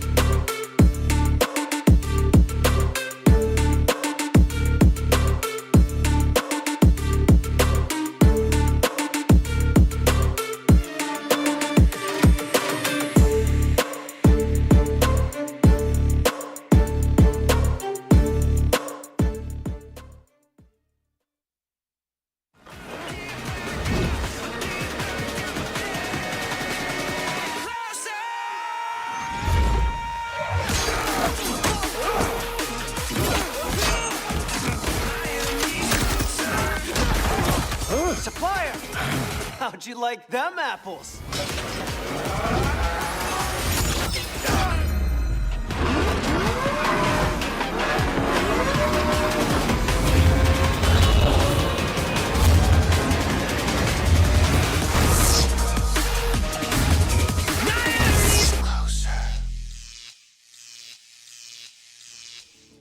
What is up, survivors, and welcome back to the Free Fire World Series Southeast Asia 2024. We've just wrapped up our first 2 games of the day for teams in Group A and C, and we've still got 4 more games to go, meaning 4 more exciting matchups, and also 4 more rounds for these teams to start picking up those points to finalize the standings for week 1. Because remember, folks, we've got 6 whole weeks of the knockout stage, and the goal for everybody, make it to top 12.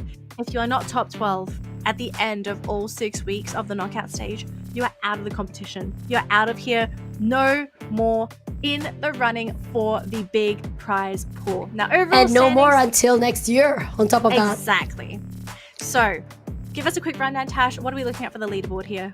We're still looking at no changes for the top 3 quite yet, except for Bermuda United still has another 4 more maps to catch up, so I wouldn't be surprised if they would be able to take at least the 2nd spot at the end of the day. CGG as well, I'm expecting a lot from them as well as attack all around. They managed to come in, I think, from 10th place all the way to 8th, so that's also very, very exciting. Onyx as well, still maintaining that. And you know what's interesting? Onyx is also another team that doesn't have any booyahs and still doing pretty well. Consistency is key, and their consistency is making sure that they don't go or end the round without any points. Now, for Flash, WAG, Homebois, Todak are teams that I'm quite worried about right now. Yes, there's still another 6 weeks, but you need to start figuring out what exactly is missing here. I mean, yes, you can come back on week number 2, but as the gap starts to really widen between yourself and the other teams, you have to play a little bit harder. You have to start really answering these questions, saying that, okay, now we have a 100 points you have to catch. What are we going to do? Do we have the stamina for it? Do we have the game plan for it? Can we catch up with everyone who already has a game plan in mind, and it doesn't seem like we have an answer for it?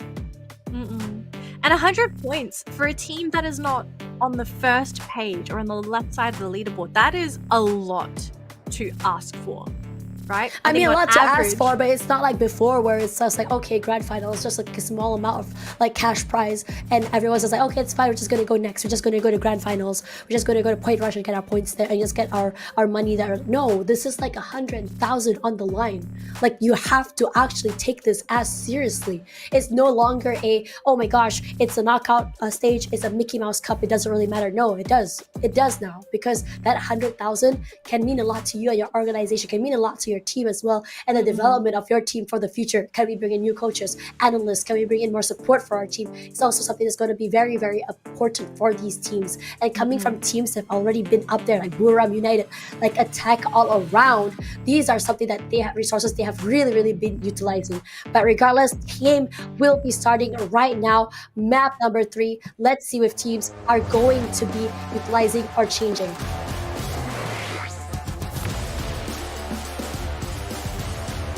Alpine, let's go.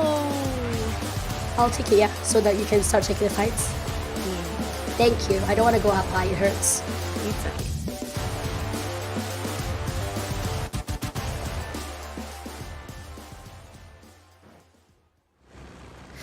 Alpine, Alpine, Alpine.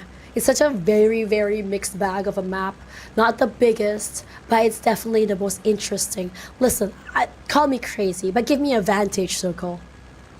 A vantage circle. A vantage circle. Please give me a vantage circle. It's ridiculous. It's a rare circle. I'd love to see circle. it too, though. I know. You know what? Another one is really good. I would love to see a river mouth circle as well. I was gonna say Rivermouth is a dope circle. I love seeing those really wax so circles. it's not like I wanted a water circle. It's more of like I want to see how players react when the circle is in the middle of river mouth. So it's kind of like, do we want to stay toward the smaller island or do we want to stay on the mainland? And if it does rotate toward the smaller island, what are we going to do? What's our contingency plan? It is still central circles. We're not going to get river mouth, so it is what it is. I'm going to be happy with that. And so are you guys at home. And no vantage. Sad times. Sad times, sad days, Tash. But it is what what it is. And it seems I'm like this- surprised there's no early fights yet. Are you I was kidding me? gonna say, Usually it's so like quiet. it's like hitting the ground, and everyone's just like running, right? Oh, okay, never mind. I spoke too soon. I cursed it. I need to shut up though. We may have told a bit of a fib here because it's not just Todak that's under attack, it's also Onyx by Expand. So multiple teams are now actually going to be seeing another one here. Flash going to be attacked by Fikri. Thankfully, Yinbin's going to be okay, but looks like Raja is being chased by Shin. I think Todak is in a bit of an awkward spot. The team doesn't seem to be 100% ready to fight, but they are going to go for a multi-pronged attack. Artemis going to be going for the backstab there onto Fikri. Fikri is all alone. His team is not here to help him as well. So this could result in a very simple elimination. Raja, though, taken down on the side of Todak. I think Todak may have just taken more than they can chew here. Looks This like is that exciting. might have... This is exciting. It is might be the exciting. case. Wait, traps. Oh, this is dirty. This is dirty. If he remains hidden, oh, there we go. Shin spotted him. He was staying up a little bit too early. He didn't realize that Shin could probably see the top side of his body. Drops down that utility, and now he's just waiting once again. He likes to keep doing this. He likes to just play in that corner, drop it down, playing out, and now he's alone. Shin chunked down to very low. Holly, his teammate, is there, and now he's punished for that. He took way too long to knock down the player, but it's okay. Now, on the other side of the map, we already see another Malaysian team expand. 3 in the back, but does lose Zeus in that process. So immediately, Roy gonna go for that revive, but now Elimination King coming in from Flash. I was just talking about them earlier. Could this be foreshadowing? Could be. Looks like Onyx, though, going to be running into the crosshairs of the Axel. Thankfully, not too much damage there. But Expand, though, I have to say, this is a great opening for Expand. This team has had, if anything, I feel like they've had a pretty rough weekend, unfortunately. Just not really having the best games. They're kind of in the middle of the pack here, obviously looking to want to grab those points.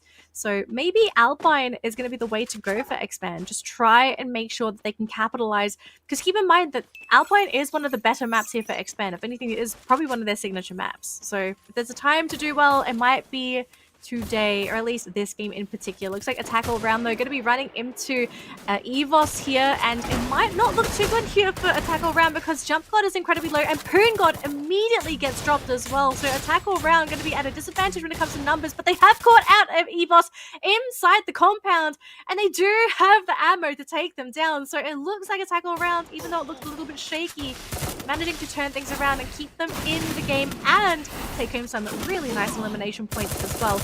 Unfortunately, though, I think Volley not going to be as much of a happy ending here. His teammates are there, but just a little bit too slow to provide that assistance. Dang, what a shot. The jump shot coming through is insane. Now, Flash, if they manage to take down Day One United, this could be a huge statement if you think about it. Flash, the team that's all the way at the bottom, regardless. The other members, Artemis does go down. Shin is already back. They need to quickly reconvene right now. Now, Shin, we already see Volley as well as who's already back. Oh my gosh, go back to that. I want to see the conclusion of that fight because on this side, we already see to our advantage Indostars going to my favorite island. Yep, just gonna go for a short holiday, Tash. Just maybe go for a little quick loot. No one's here. The circle's not there, so maybe no one is there at all. So yeah, Indostar's going to be enjoying themselves. We do have a quick recap of the teams, though, and currently leading in eliminations, it is going to be Flash, followed by AAA, Dewa, and Expand. And the only team that is really struggling with one player remaining is Todak. They have almost the entire team gone, just with one last player. Hopefully they're going to get the revive off, otherwise they will be looking at a very early elimination here for the Malaysians. We do see a couple teams dropped in the meantime, though, and we're back into Expand's point of view here, as they are going to be traveling over to Vantage themselves, meaning that they actually might run into Indostars, because Indostars are there as well. And it looks like they actually managed to find Ojek on the side of Onyx. Instantly gets taken down, so Expand going to be securing themselves another elimination whilst on Vantage. I don't think we were expecting Vantage to be this crowded, but Expand and Indostars thinking the same line of thoughts here, looking to try and grab those loot. They are going to try and clip some heads here. Unfortunately, nobody going down on side of Expand, and actually they are porting onto the rooftop there. There is one player remaining on the ground here, and it's the Axel. I think he may have just missed the opportunity. He will go through just in time. Going to be joining his team at the last moment. And that was at the last possible second, man. Like, I was so sure he was done for. That was insane. He's lucky. He was just way too lucky. Yeah, UAV is out. does show everyone in that area. Indostars does get caught out.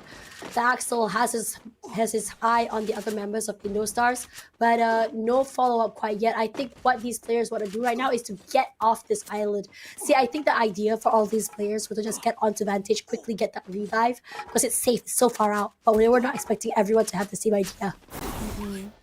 Both of these teams would be thinking the same thing. Looks like we're going to be switching over to see Triple G, though, as they've managed to catch out EVOS here, removing Aim God from the competition. And it looks like Zen is going to be taken out, as well as the Axel. Indostar still clashing with Expand. And we have our first team eliminated from the competition. It's going to be none other than Todak. Unfortunately, this team just not able to find that revive point that they were looking for. This time, though, we are switching over to Dewa United, as they have run into Buriram United as well. Both of these teams going to be hiding right behind their glue walls, fighting around this rock as well, unable to find that opening, trying to go for the dash onto Wasana, but Dewa are going to be losing their player instead of catching Wasana for themselves. I think Buriram going to be in a advantageous point here, because it's going to be an impossible task for Dewa to go for any of these pickups.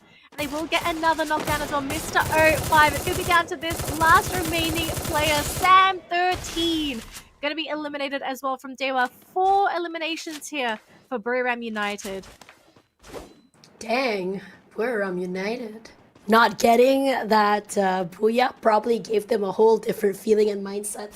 You know, when you feel like you should have won that particular match, and you feel like you made a mistake, and I think that Buriram United is just one of those teams who are just thinking, okay, we made this mistake, we learned from it, okay, how can we apply what we learned in the next map? Now, Zeus this time already back from the revive, got a shot there for him as well. Kochil immediately just decimated right beside that vending machine.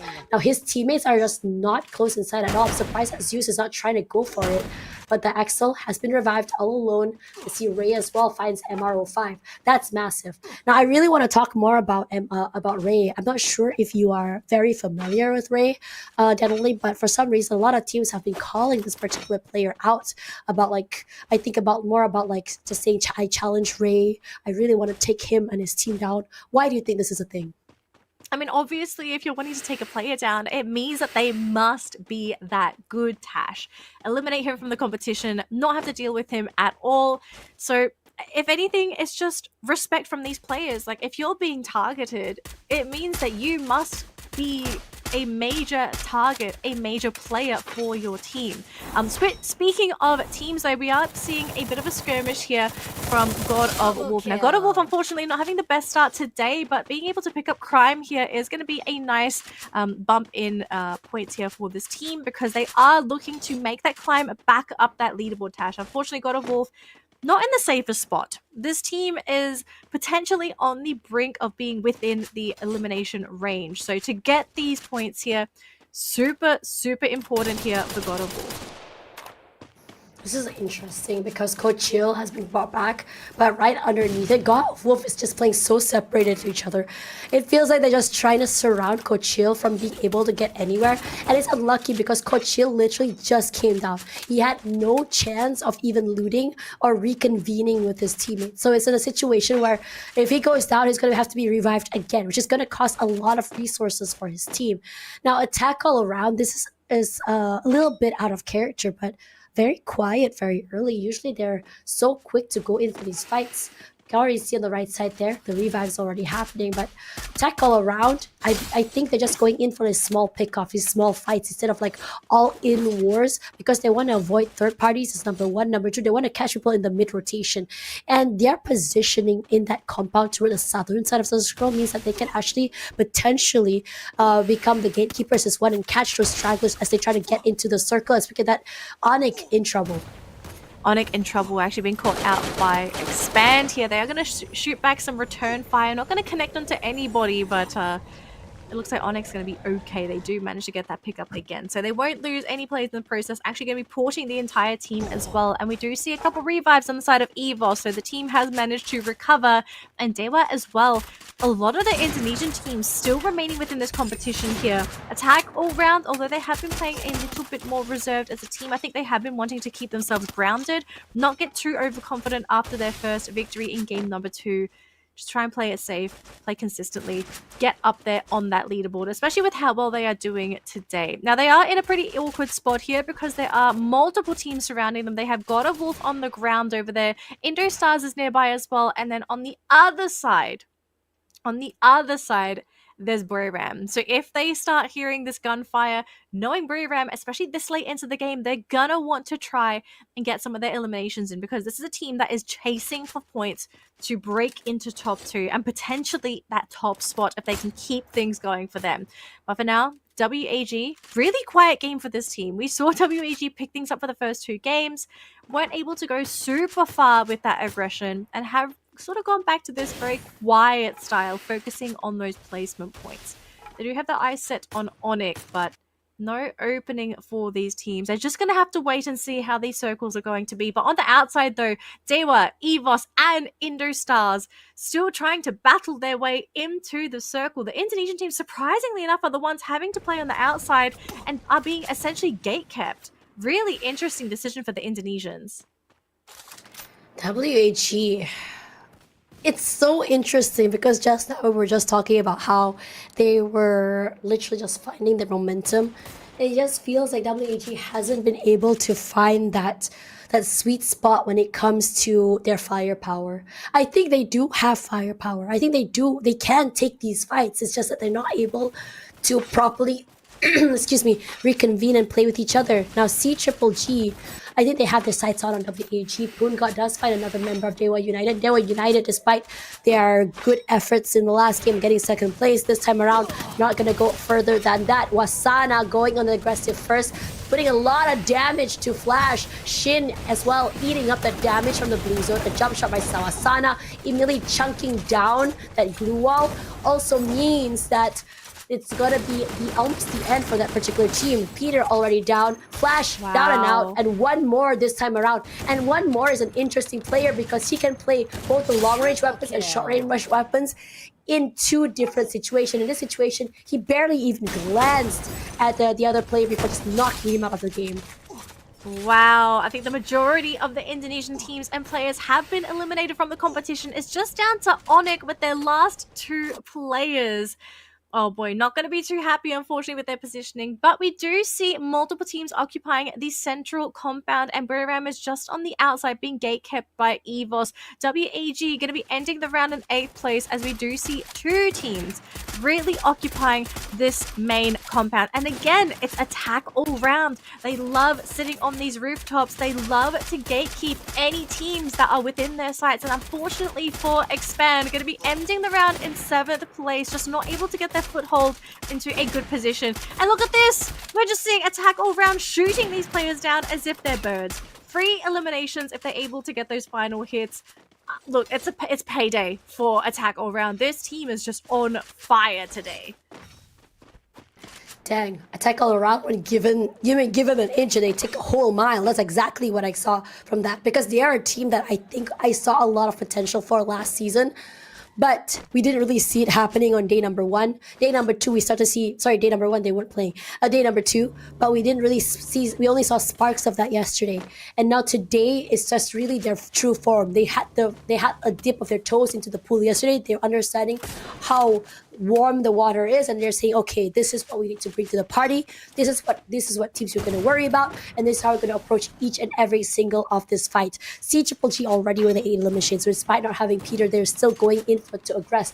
Toward the southern side of the circle, we're seeing 2-3 different teams. CGG, if they want to get into the circle, they have to worry about God of Wolf. They have to worry about getting to the northern side. Now, Buriram United, they're in trouble right now. What are they going to do when attack all around is already on the outside? Buriram United playing safe inside of the trains. They're putting a lot of pressure onto attack all around, and on top of that, attack all around is practically sandwiched in between 3 different teams. Not the best situation for them to be in, and attack all around left with only 2 players left. One outside in the blue zone, and he's taking a lot of damage. On the other side, though, CGGG actually able to flush out God of Wolf from their compound as well. And now this is going to be a really awkward one here for God of Wolf, because if they leave that crate, they are going to be bombarded with bullets, with grenades. CGGG being on their backside. Look at this, so attack all around. Purgatory is actually in the same crate as well as Buriram, and he's going to try and survive, but he does immediately go down to Wasana. Attack all round ending in 4th place for this round, leaving 3 teams remaining. God of Wolf, Buriram, CGGG, all of these teams, but 2 of them in particular really aiming for these points if they want to finish at the top of that leaderboard. Beautiful snipe they're coming in from Moshi, managing to catch out on fire. They weren't able to get the final hit to take him down, but the glue walls from CGGG, they're waning, they're running out. God of Wolf is also causing them a lot of issues as well. I think that's going to be it. CGGG out of the game. God of Wolf and Buriram. Let's see if God of Wolf, can they hold their ground up against the Giant Stone? Are going to be running into Rip as well, immediately taken down within the crate. His team is not there to support him at all. They're going to turn around here. 3 players still alive for God of Wolf. Who are they going to go for next? Playing around all of these trains, just trying to work with the natural terrain if they can. They've got plenty of blue walls on Iza, but Dian, he has been caught. His teammate isn't there to help him at all. Ripper's all on his own. Now down to 2 players. Buriram still playing around with 3, still playing with their blue walls to try and block them in. Maybe that's going to have to be the play here for Buriram. Lock them in with those blue walls. Wasana going back to heal. Team is playing incredibly patiently. God of Wolf, though, they're actually going to try and go for the rush. Iza taking a lot of damage, copping too much damage from Buriram. They haven't finished him off, though. Iza hiding within the train yet again. His teammate playing in the backside as well. I'm surprised God of Wolf have managed to survive for this long, but they just can't catch these players on Buriram. They can't get those necessary headshots to drop them, to put them down. God of Wolf so close yet so far. Buriram locking in a 3rd game with their booyah today. Dang, Buriram United finally getting that booyah that they've been craving since map number 1. Buriram United played this very, very well, dealing with each team one by one. And not only that, they managed to really chunk down the damage coming in from attack all around first, being very patient and letting all the teams just waste their utility onto the other teams on the other side, as well as attack all around. Once attack all around has been very, very weak, all they had to do was just push out, pick off the remaining members of attack all around before finally moving up toward the middle side of the area and taking space inside of the trains. And once they were already safely inside of the trains, they were playing and just weaving in and out, giving themselves not only just natural cover but also cover from the utility. The other teams were just a little bit more unmatched, because you can see the cooldowns are already expanded, their abilities expanded, all their utilities are pretty much already down and out, and they played it so very well. A good case of good positioning, good timing, and patience.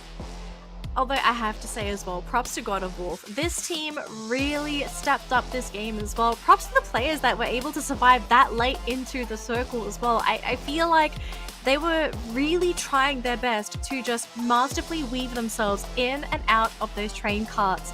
The only thing missing for them, unfortunately, was just getting a crucial shot onto any of the Buriram players to drop them, because as soon as you start dropping players, that's when Buriram is going to be in trouble, because they have to make the decision, do we pick up our teammate or do we decide to rush in? They were able to play patiently because nobody was in danger of being knocked. So Buriram, great play, great defensive maneuvers, but I have to say God of Wolf, they have earned my respect after that amazing late game play.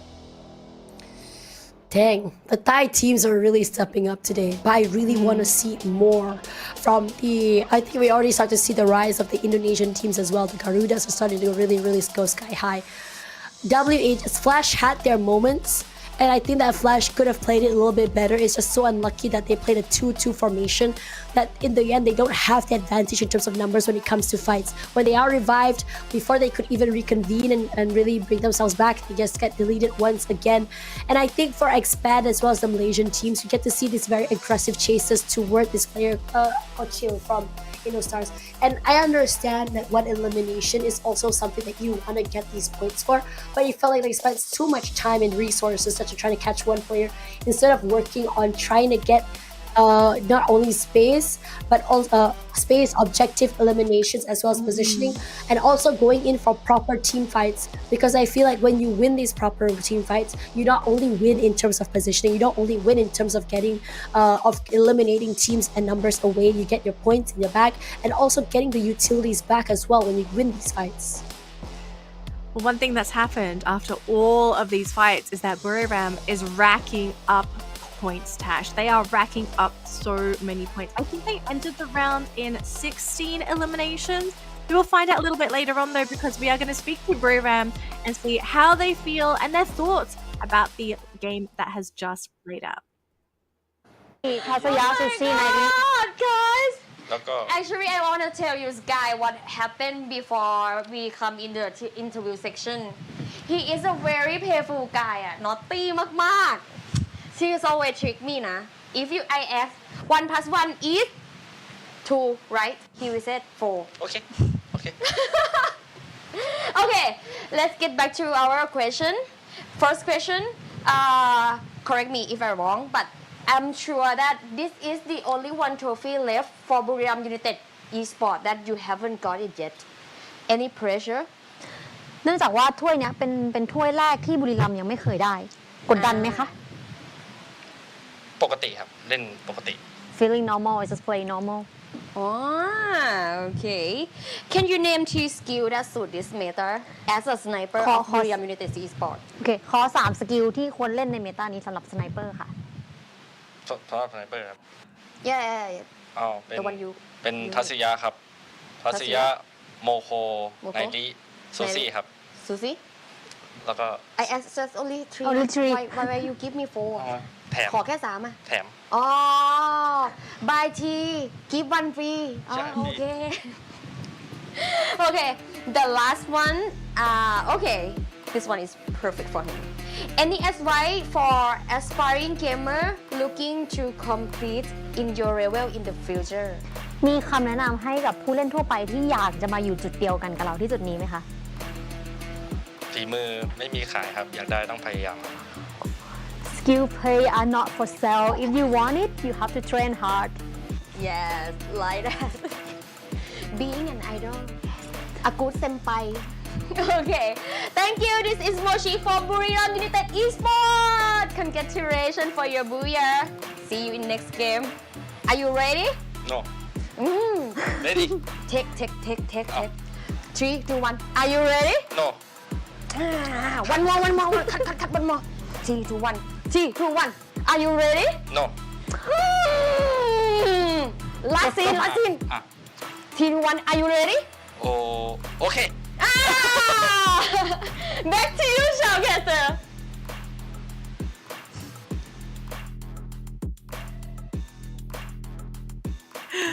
Oh man, that energy. I can't get over that energy. It's great.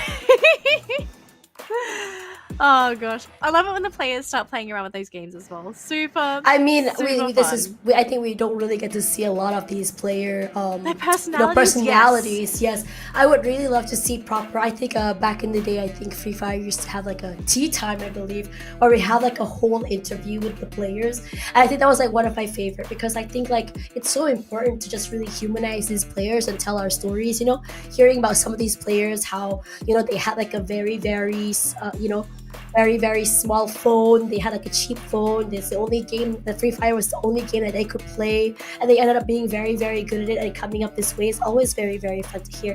Regardless, enough about that, because Moshi with the 3k instant damage, Homer as well in hand, and I was actually quite questioning, like, are we even gonna be seeing a Homer or A125 today? My wish has been granted. Love seeing Homers in the game, and I think this must be the reason why Buriram United has been so good at just swarming the enemy team. Every time they drop in that Homer, it picks up one person. It's always an indicator it's going to be another 3 nearby. So when you have another 3 nearby, the slowdown, the laser that comes through as well doesn't allow for a reposition, and is making it very hard. And the team like as aggressive as Buriram United, that's just so quick to collapse. It makes it so good for team wipes. Yeah, I mean, it's a perfect fit as well for Moshi because he's always in the back lines and he is deadly accurate. So for him to be able to compliment his teammates, like, I mean, at the end of the day, right, Wasana, we always see Wasana and Jonah always in the front lines, giving those openings, waiting for Moshi as well to provide them those openings. Just Broram, there's a reason why they have earned their reputation, and it's just because the team in general is so complementary with one another. They understand their roles, they know who they're supposed to be following, they know who to fall back to if things get a little bit hairy. But elimination leaders, let's have a quick look at this one. Wasana going to be in first place with 7 eliminations in that previous round, the most and highest streak in that previous round. In second place, we have Zeus and 1 more. And then in 4th place and 5th place, we have Folky and Poongod scoring 4 eliminations apiece. Lots and lots of eliminations going in the way of our top competing teams in that previous round. The key players, though, it's going to be Wasana, Krillin, Crime, MKS, and Ray with 7 eliminations, 5 headshots, 3 times being revived, and 6 times reviving his teammate. Ray, the guardian angel, EVOS. Actually, I have a question here so far for EVOS, because we have seen the Thai teams really perform today. What are your thoughts on the Indonesian teams today? I feel like today they have been on the up and down. Like, we haven't seen them really dominate in today's games at all, but they're definitely there. They're sort of sitting in the middle of the pack, it seems, in Group A and C. I mean, I would say they're not as consistent as their brother team RRQ. That's for sure. RRQ a little bit more aggressive. I think, like, if I could rate RRQ, I think I would rate it on the same aggression level as Reverse Red, albeit not as, I would say, as heavy in terms of like actively looking for victims. Now, when you look at the other members of the Indonesian team today, I think it's great, because when you don't have teams with high momentum coming up forward, it gives them a lot of space and room to really work. You start to see teams like Indo Stars, you start to see teams like Day One United, like Onyx, really start to shine and take up space. But I'm really, really excited to just see EVOS today, because on day one, it didn't seem like they were shining, but today, last 3 games in particular, you really see them toward the mid game, and I'm really happy to see them really just show their fangs. Now, with Buram United with a whopping 28 points, it's going to be a lot more points for them. I wouldn't be surprised if they're slowly making their way to the 3rd place already. Attack all around, despite some getting that booyah the last game, this around getting 4th place, still consistent enough with 17 points. To me, anything above 10 points is enough to guarantee you at least enough points to really just overtake another one above you. And right now, as I suspected, Buram United on 3rd place, overtaking RRQ at 169 points. And oh my gosh, even CGGG and Attack All Around are beginning to overtake teams like HEV and PE. I mean, RRQ is even currently being threatened by both CGGG and Attack All Round, and may even drop down to 6th place. And I think if you're RRQ, they probably thought that they did really good for their first 2 days, but now they're starting to get a better perspective of, okay, we played 2 games back to back, our group is really tough, but we need to start getting more of these points. And the fact that even Reverse Red and Stalwart are not safe, considering the number of the points that they managed to get for their first 2 play days, I think it just goes to show how much closer the competition actually is. Okay, now we're going to go to Kalahari. A map that I would say it's very, very complicated, very hard in terms of rotations. The best. It's the best, but I wouldn't say it's the most dangerous, because I think like Bermuda, Purgatory are a little bit more harder because they don't have the grappling hook. So when you play high grounds, it's a little bit more harder to reposition. But Kalahari is not too bad. But when you talk about Kalahari, it's all about the proficiency your team can bring when it comes to long-range weapons. How well and how adept are you at positioning yourselves, and how much game sense do you have when it comes to making sure your team is not going to get backstabbed or even shot from far away. Because I think yesterday was one of the most intense Kalahari matches. Those insane shots that come in from third parties, those kill steals that come through, was just a little bit too much for comfort. Regardless, I think we are about to go into the next game. Let's see what Kalahari has for us right now as we hop into the 4th map of the day.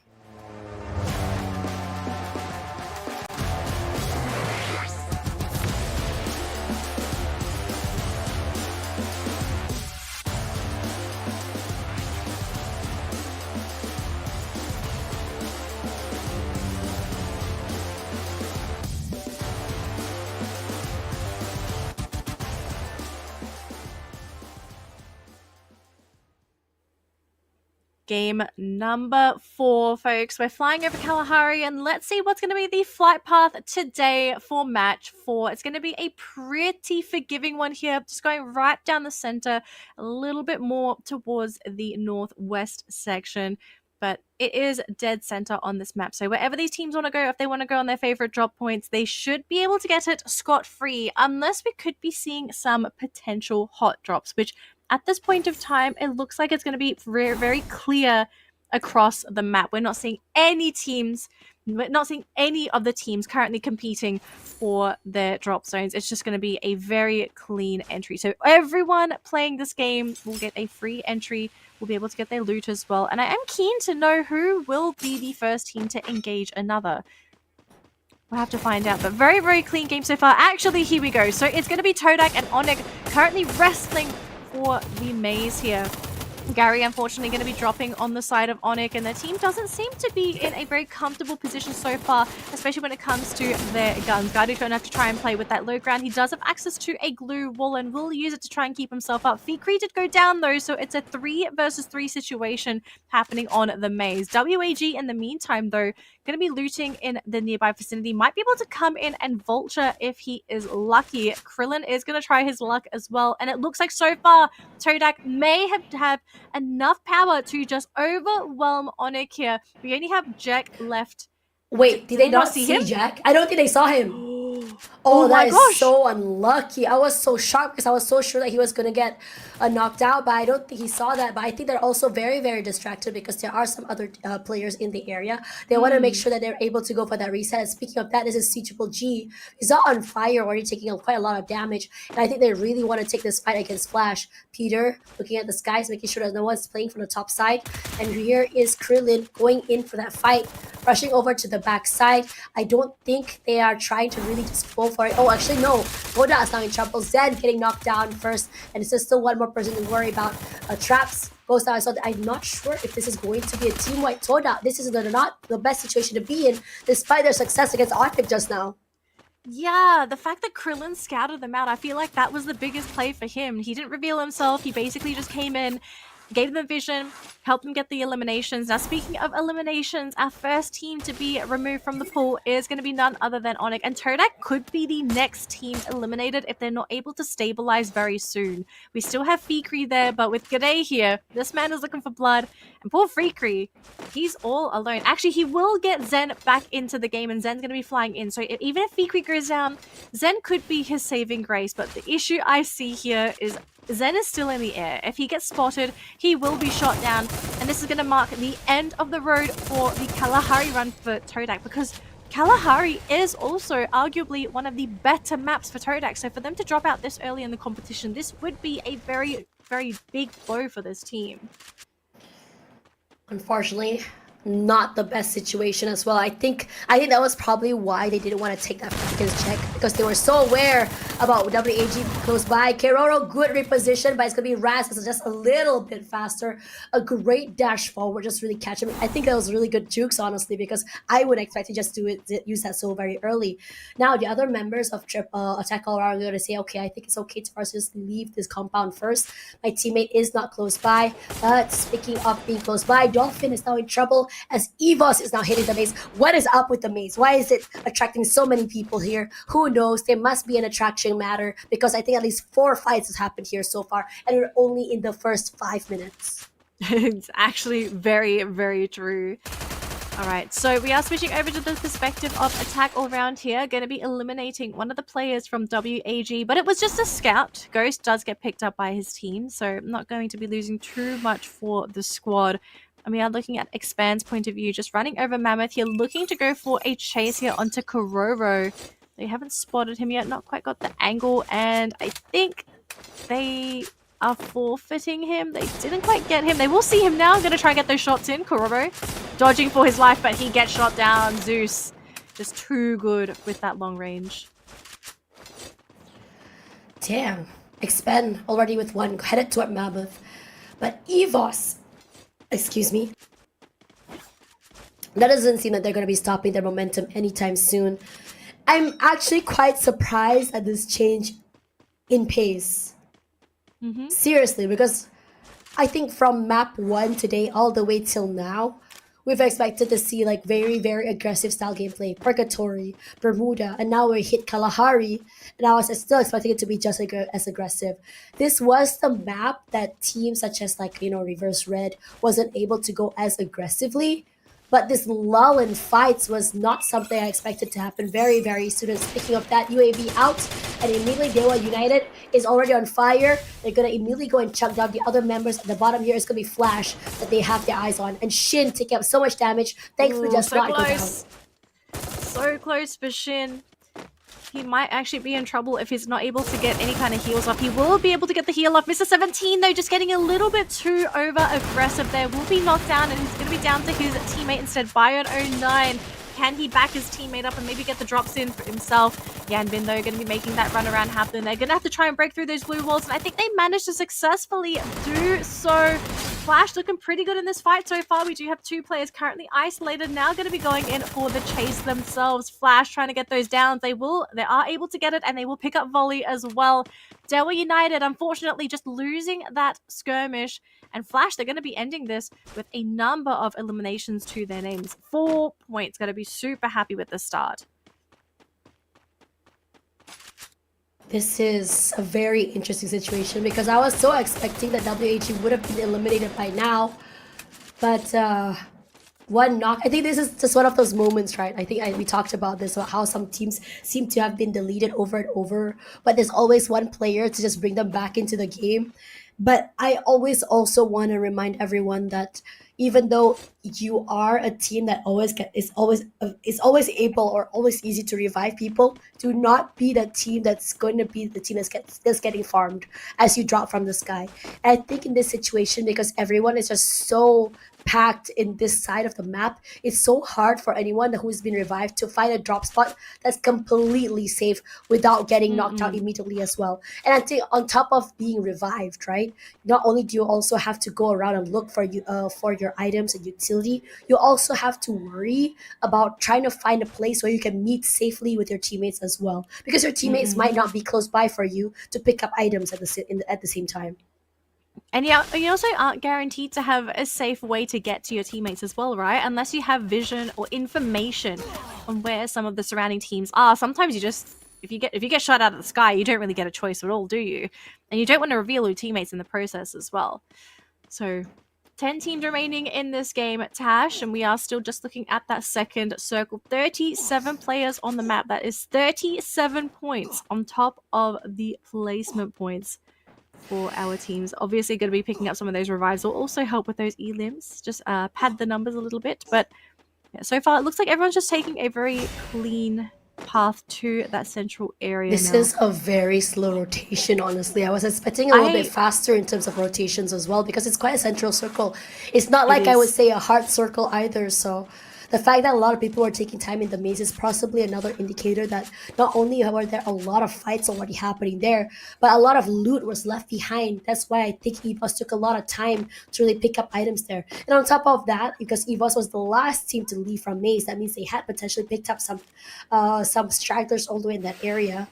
I can already see that, okay, they are making their way into the circle, but for Flash, with 4 eliminations in the back, I think this is possibly the most aggressive I've seen them in the early rounds of the matches, and honestly, I like this change of pace for them. I mean, you kind of have to like the change of pace, because if they don't start playing fast soon, I really think Flash is going to be one of those teams to fall behind and potentially be within that danger zone of bottom 6 now. Speaking of danger zone, good day. Spotting for his team so far, and they actually managed to catch Jump God there. Really great stuff coming in from Aim God to assist his team. We also see some grenades thrown down as well. Volky going to be dropping on the side of a tackle round. Unfortunately, Aim God does get dropped, but he will get picked up immediately by his team. And I think a tackle round, they're in danger. They're having to play on that low ground. But in the meantime, we are seeing another team actually going for a bit of a vulture play. They're onto EVOS, and unfortunately for EVOS, not able to save their teammate in the process. A tackle round are officially taken out of this game, but look at this. Flash looking for eliminations themselves, wanting to add to their kill count. Now up to 8 eliminations after picking up 2 of the players from EVOS. And of course, for them, they want to look for more. They want more points. And for Flash, if this is the game where they pop off, this is going to push them back into that safety zone on that leaderboard. They do manage to catch up. Good day here for EVOS. So unfortunate for EVOS. They were able to hold off in that previous fight, but for Flash to just come in at the wrong time for this team, they were just not ready to deal with this at all. Man, Flash. A whole different style of play, a whole different team, a whole different aggression. I am loving this for them. We always talk about teams that really take time to really warm up. And I think Flash is definitely one of those teams, because just in that previous match, I was saying I wanted to see more from the Vietnamese teams. I saw potential from them, and this is exactly what I was talking about. Regardless, it was still very, very early into the game. It's only about 10 minutes in, and Buram United still very, very slow. Buram United is the type of team that likes to really heat up or really go aggressive toward the second half of the game. Like, I think when you hit around the third circle, and then suddenly you start to see them just really steamroll as they get into the areas. Now, we see somewhat on the top side of the area. The sniper technically was not able to take Wasana away. Super Triple G, eyes on the prize. I think they have already managed to scope out members of EVOS as well.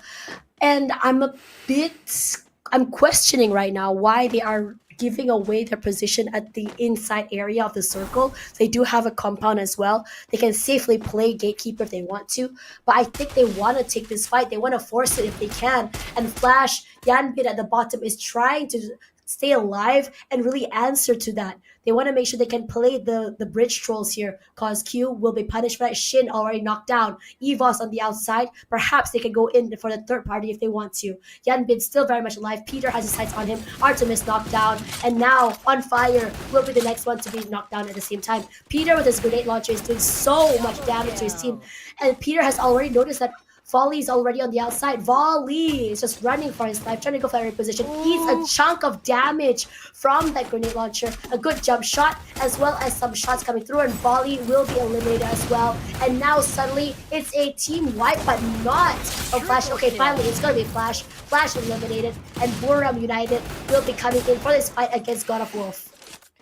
Oh my gosh, a rematch from our previous round, but God of Wolf this time just going to be taken down right off the bat. No chance to go for any kind of dancing, any kind of tango, especially when it comes to those trains. Down to our final 6 teams here, Tash, and well, C-Triple-G gonna have to try and play against EVOS. Now, EVOS are really spread as a team, can very easily be punished here, and they're probably expecting, okay, if we lose 2 players to one side, we should be fine with the 2 players on the other side. They're going to be going down. It's going to be down to Ray, but I don't think he's going to be able to win this battle up against Koski. He doesn't. Ray immediately getting dropped, leaving Abax all alone. This man has a tall task to try and get those placing points for this team. It's a little bit too much for one player to try and save the day, but sometimes you could be seeing some of those miracles. Now, speaking of miracles, Indo Stars are going to have to start praying for one, because running into Buriram is not something that they wanted on their Christmas list. 18D are going on to the low ground, but Kachil, caught on that second floor, is going to be taken down, pushing Buriram to 10 eliminations. And Wasana, he's done playing games. He wants to try and get rid of the sniper and just immediately cuts down Liam. He glances at him and Liam is already on the floor. Buriram now at 11 eliminations and 14 bodies, now 13 bodies on the map. WAG, one of the last couple teams remaining, going to try and start pressuring C-Triple-G, but they're also revealing their position to Buriram.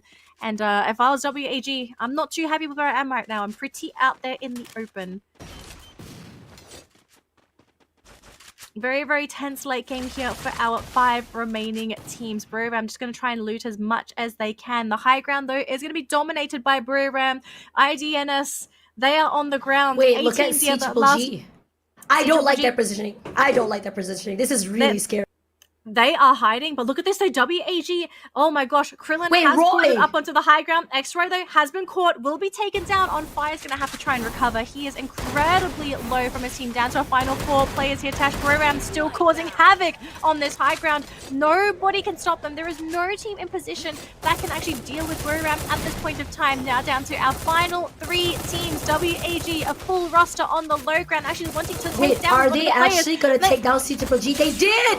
They wiped did? out C Triple G! This is massive! This is something I did not expect to happen so very soon from WAG. Finding But this is so momentum. awkward. But this is so awkward because now Buriram United is pushing up toward them. And now Wasana has managed to just knock them out of the sky. WAG with only one person left alive. Buriram United very happy and healthy with 4. It's just all about finding the final member. You know what? They said that's fine. Leave you out there in the circle. Why don't you just get chunked out by the storm outside? And Buriram United, rather than coming here, jumps out forward. A nice wipeout. And there we go. Booyah for Buriram United. 2 in a row. What a statement play. But honestly, for WAG, this might be the beginning of something new. This might be the beginning of something new. Maybe this is going to light that confidence in this team as well, knowing that they can actually get into 2nd place and to have to compete with Buriram. I'm really excited. Super excited for WAG. But if we do have to speak of a team, it's Buriram. They scored another booyah to their name. I think we are very close to maybe having to rename this team as Booyaram United because they just keep getting booyahs. I can't believe you said that. Come on. Okay, you never thought of this, all right? So let the I think genius. there's a reason why I didn't think of it. But anyways, Buriram United Esports, another day, another dub. We love to see that for them, and also showing us a little bit, or rather serving us a little bit of what you guys didn't see if you guys didn't watch Free Fire World Series last year. We start to see a lot of tension come through as well, especially from God of Wolf here. I mean, I don't blame them because they're the type of team that they're trying to take fights, they're trying to be very proactive, but it doesn't seem that they found an answer yet to survive these situations. It's just very unlucky because every time they're in terms of their positioning has not been the best. It's always been toward the low side of the terrain. They're getting third-partied. I think timing is just literally not on their side. It could also be just the teams trying to figure out, okay, where is the safest drop point for us, right? Because especially at the beginning of the tournament, teams generally will stick around to their typical favorite drop points because that's where they're most comfortable, and they're trying to gauge where the competition is currently dropping. So maybe everyone's just not really comfortable with where they are at the moment, and maybe next week that's when we're going to be starting to see some of those changes. The teams that are currently at a disadvantage, maybe changing up their drop points, maybe even deciding who do we hot drop, because a strategy that is very much a legitimate strategy in the case of Free Fire is that, okay, if you're struggling when you're dropping into the game, but you know your team is generally mechanically better than a certain few teams, sometimes it pays off to hot drop the weaker teams, to eliminate them early, to get those points, and it also secures you a new safe drop zone. Oh man, I think the fights have been very interesting. I don't know whether it was because of the terrible flight path or whether because the circle was ping-ponging, because there are a lot of situations where when the circle is a little bit more different, when the circle is a bit more unpredictable, you start to see like the other teams that you don't expect to come up online to go online. But at the same time, really hoping that isn't the case, because I really want to see teams like Flash, like Todak, like Homebois, like all the other teams at the bottom, right? Like see Expand, really just to show us like what they have in store for us. I understand that being in the FFWS SEA means that fighting in a different or bigger ponds, but I want to see what they can bring in from Malaysia. My interview coming right at you here. Let's see what these players have to say and what their game plan is going to be after this.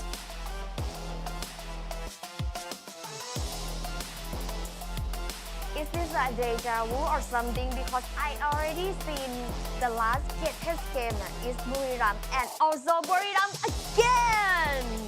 Hey, here is our Todak ค่ะ Hey.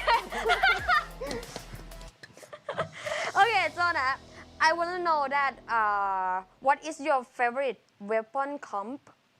ขอคอมโบปืนที่ใช้หน่อยค่ะ วูดพักเกอร์ครับ แล้วก็โทกอนครับ หรือชาร์จบัตเตอร์ Woodpecker or Trogon or Shard Butter Why?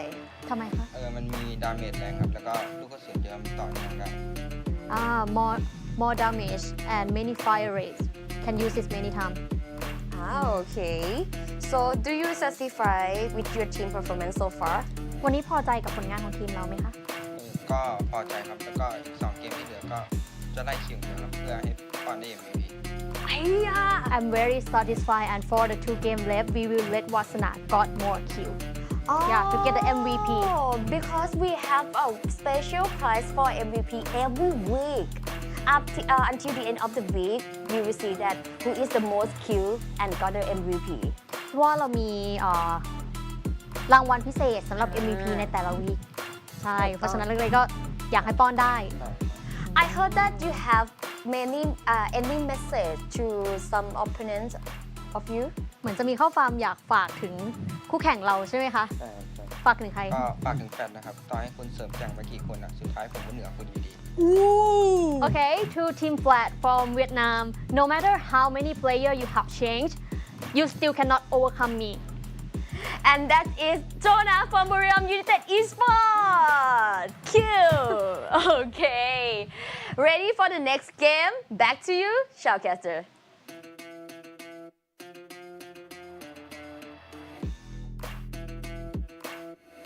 Just another booyah, just another day for Buriram, another day in the office. I think this team is just used to getting booyahs at this point. But, folks, we have wrapped up our first 4 games of the day.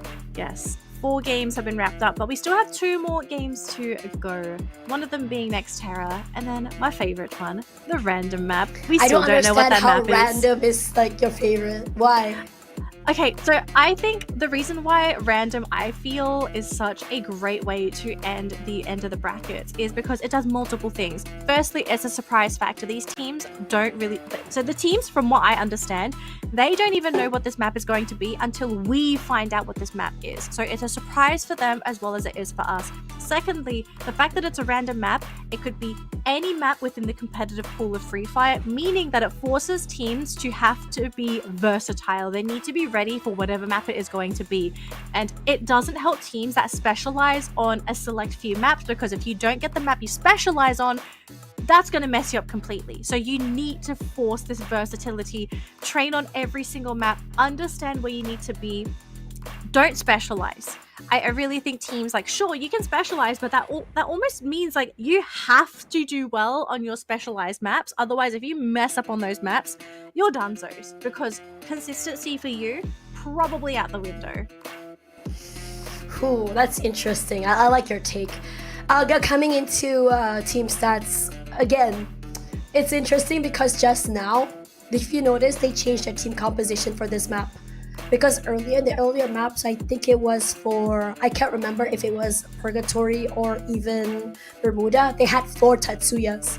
And now this particular map, they have a different comp. I'm really curious to see, like, I'm really hoping that we get to see more Booyahs for them, just so I can see what composition they play for each map. You know what I'm saying? I just want to know the reasoning behind it. I want to know why it works for them, and if it's going to be changing anytime soon.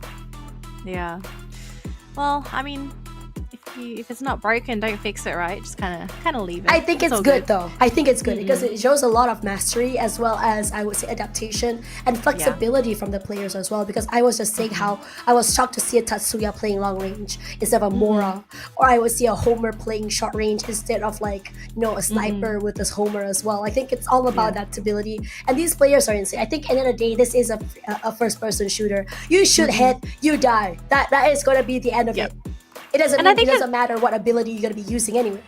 And there's probably also a deeper thing that we as the viewers and even as casters are not going to understand with the teams. Like, the teams themselves, they have a deeper understanding of what their teams need, right? Like, they need is understand one. Number 2, what are they comfortable in doing as well? Because sometimes when you can go to where, like, okay, this is the meta right now, 2 Tatsuya, 1 A124, and 1 Homer. Like, you can put anyone on A124, yeah, but are they actually going to utilize the utility properly? Are they going to take advantage of that? Like, what's the point if they're not going to use the ability? Just go for raw pure aim. Might as well give them something that will give them maximize the value. Exactly. And every player is different when it comes to maximizing. So, of course, like, there's only so much we can predict, but at the end of the day, like, whatever the players choose, that's their best. Like, we literally cannot judge whatever they decide to play. All right, so as we do get things wrapped up and prepare for the last 2 games, let's just quickly go through the points, because again, the leaderboard is changing, and I think we are now going to finally reach that point. We are going to start seeing some more of these teams shift on that leaderboard. So firstly, Broram taking home 29 points in this round alone. CGGG also taking home 21 points. Big points for these two teams that are currently at the top of the leaderboard. WAG leaving a big mark in this round, taking home 18 points. EVOS with 14, Flash and Indostars taking home 12 apiece. Expand taking home 8 points. Todak with 7. Attack all round. I have to say, this is probably the most... I think Attack all round, this is probably the most poorly done map for them, unfortunately, but they are still sitting up there on that leaderboard. And look at this, Tash. Broram, number 1. Oh my gosh, they managed to do it. That's insane. And we have 2 more maps to go. That is wild. That is insanely wild. It just goes to show how strong Broram is as a team. Like, sure, Group B was... It's difficult, but you put them into Group A, and it just seems like the teams in Group A and C just can't deal with Broram. Okay. No one has the solution here. Let me kind of break something down for you, okay? Sure. Let me just push up my glasses and give you some armchair analysis thing going on. Broram United are very, very mechanically great to watch. They're very, very, I wouldn't say by the textbook, they're very, very out of the box.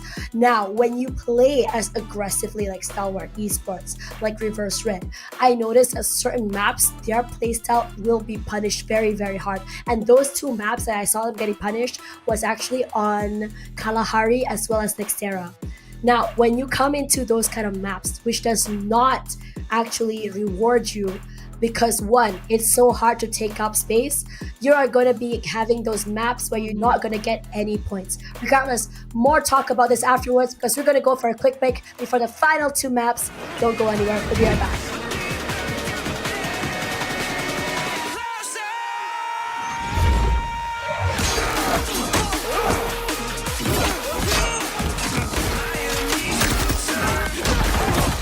Supplier! How'd you like them apples?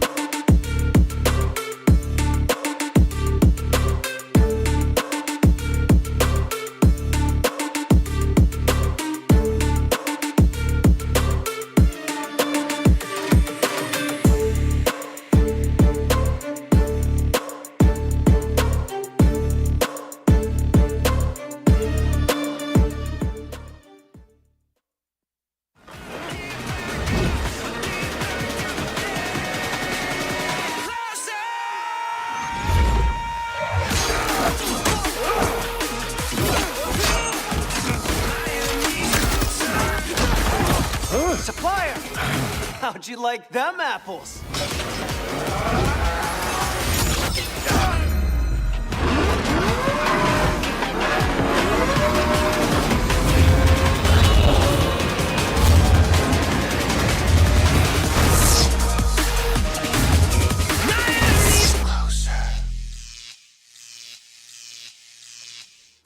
What is up, survivors? Welcome back to the Free Fire World Series Southeast Asia 2024. We're ready to jump into our final 2 games to close out the night and also to close out week number 1 of the knockout stage, because we've already concluded all the matches for Group B, but the teams in Group A and C, 2 more games to go, 2 more games to rack up those points and to figure out, okay, where are we going to be on that leaderboard? Because the goal for the knockout stage, you want to be top 12. If you are in the bottom 6, because we are looking at 18 teams total here, if you are bottom 6, you are at risk of being eliminated from the tournament at the end of the knockout stage.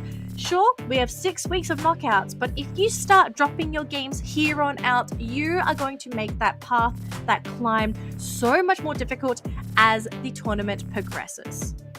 This is very fun to watch how Buram United, despite not playing on day number 1, still managing to show us that slow and steady wins the race. Consistency is key, and not having to play high risk, high reward every game can put you at the top at the very end. Now, Nexterra will be the next map we're going for before going into the random one.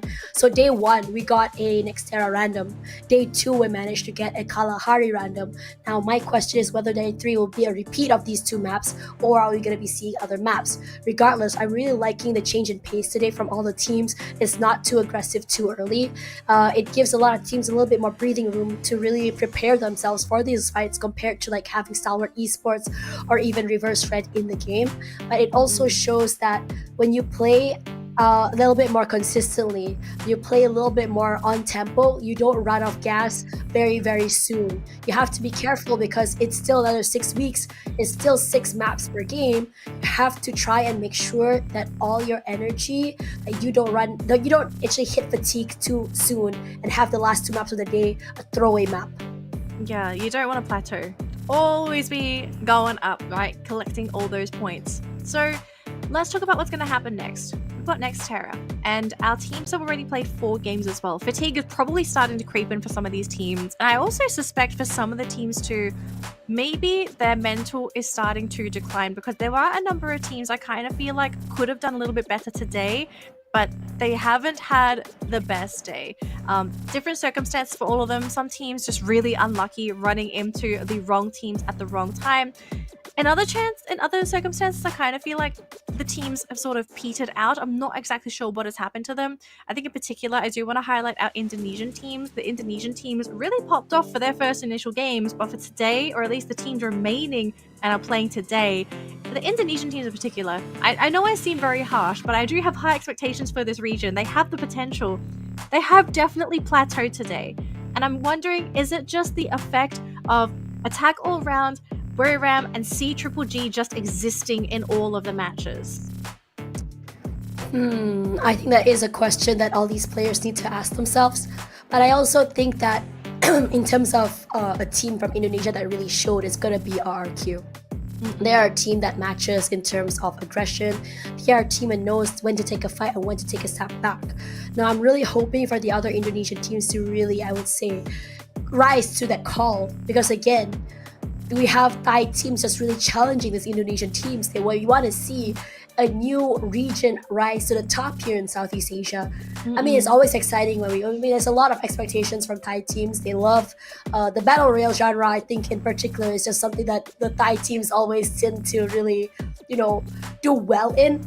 But at the same time, you also want a new king to rise to the top after a while. I mean, end of the day, we can't keep seeing the same aggression, the same style of play come through. I want to see some outplays, if possible, as well today, if we can.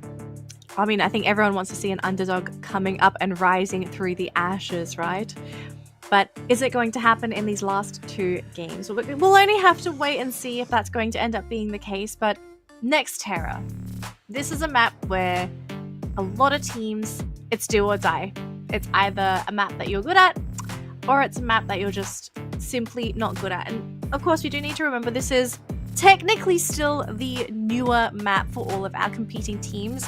Obviously, if that's talking about the OG map, Bermuda, everyone's played Bermuda. If you don't know how to play Bermuda, I don't know what to say. But if you don't understand how to play Nexterra because the map is just so new, and I think a lot of strategies are still not. I mean, I yet. don't think it's super new. It's been there for like what, a year now? Even though it's been out for a year, I don't think the map has been explored to its full potential yet. I do feel like you need to spend a couple years on a map for players to sort of figure out like, hey, there's all these little hiding spots that people haven't fully utilized, because typically people play the winning formula. They don't really explore outside of that typical box. So Oh yeah. I still feel like there are so many more things people could do with Nexterra, and we just haven't seen it yet. You know what my favorite thing about Nexterra is? I love GravLab fights. Because you have that anti-gravity high jumps. I love to see teams that do so well when it comes to really abusing that kind of stuff, because it's a new mechanic, definitely, and it also shows a different depth and style of gameplay. I think Portal Go as well has been some of my new favorite metas to see in the game, especially those very ballsy ones. You get really, really close, you don't get information, you just jump in and suddenly you just sort of like collapse, this domino effect onto the enemy team is waiting on the other side, because you work so very quickly. I also love this one play I saw, I think 2 days ago, where this one team put a portal go that's pretty close to each other, but because there are just so many, I would say, glue walls around, what they did was he would go inside, put in the damage, he feels threatened and in trouble, he's getting boxed, he just moves out again and teleports over to the other side of the area. It's very, very close by. When you're weaving in and out like that, it's almost disgusting seeing someone abuse it that way. Alrighty, so I do think we are ready to jump into the game, folks. So let's do it. Nexterra, game number 5. Let's have some fun.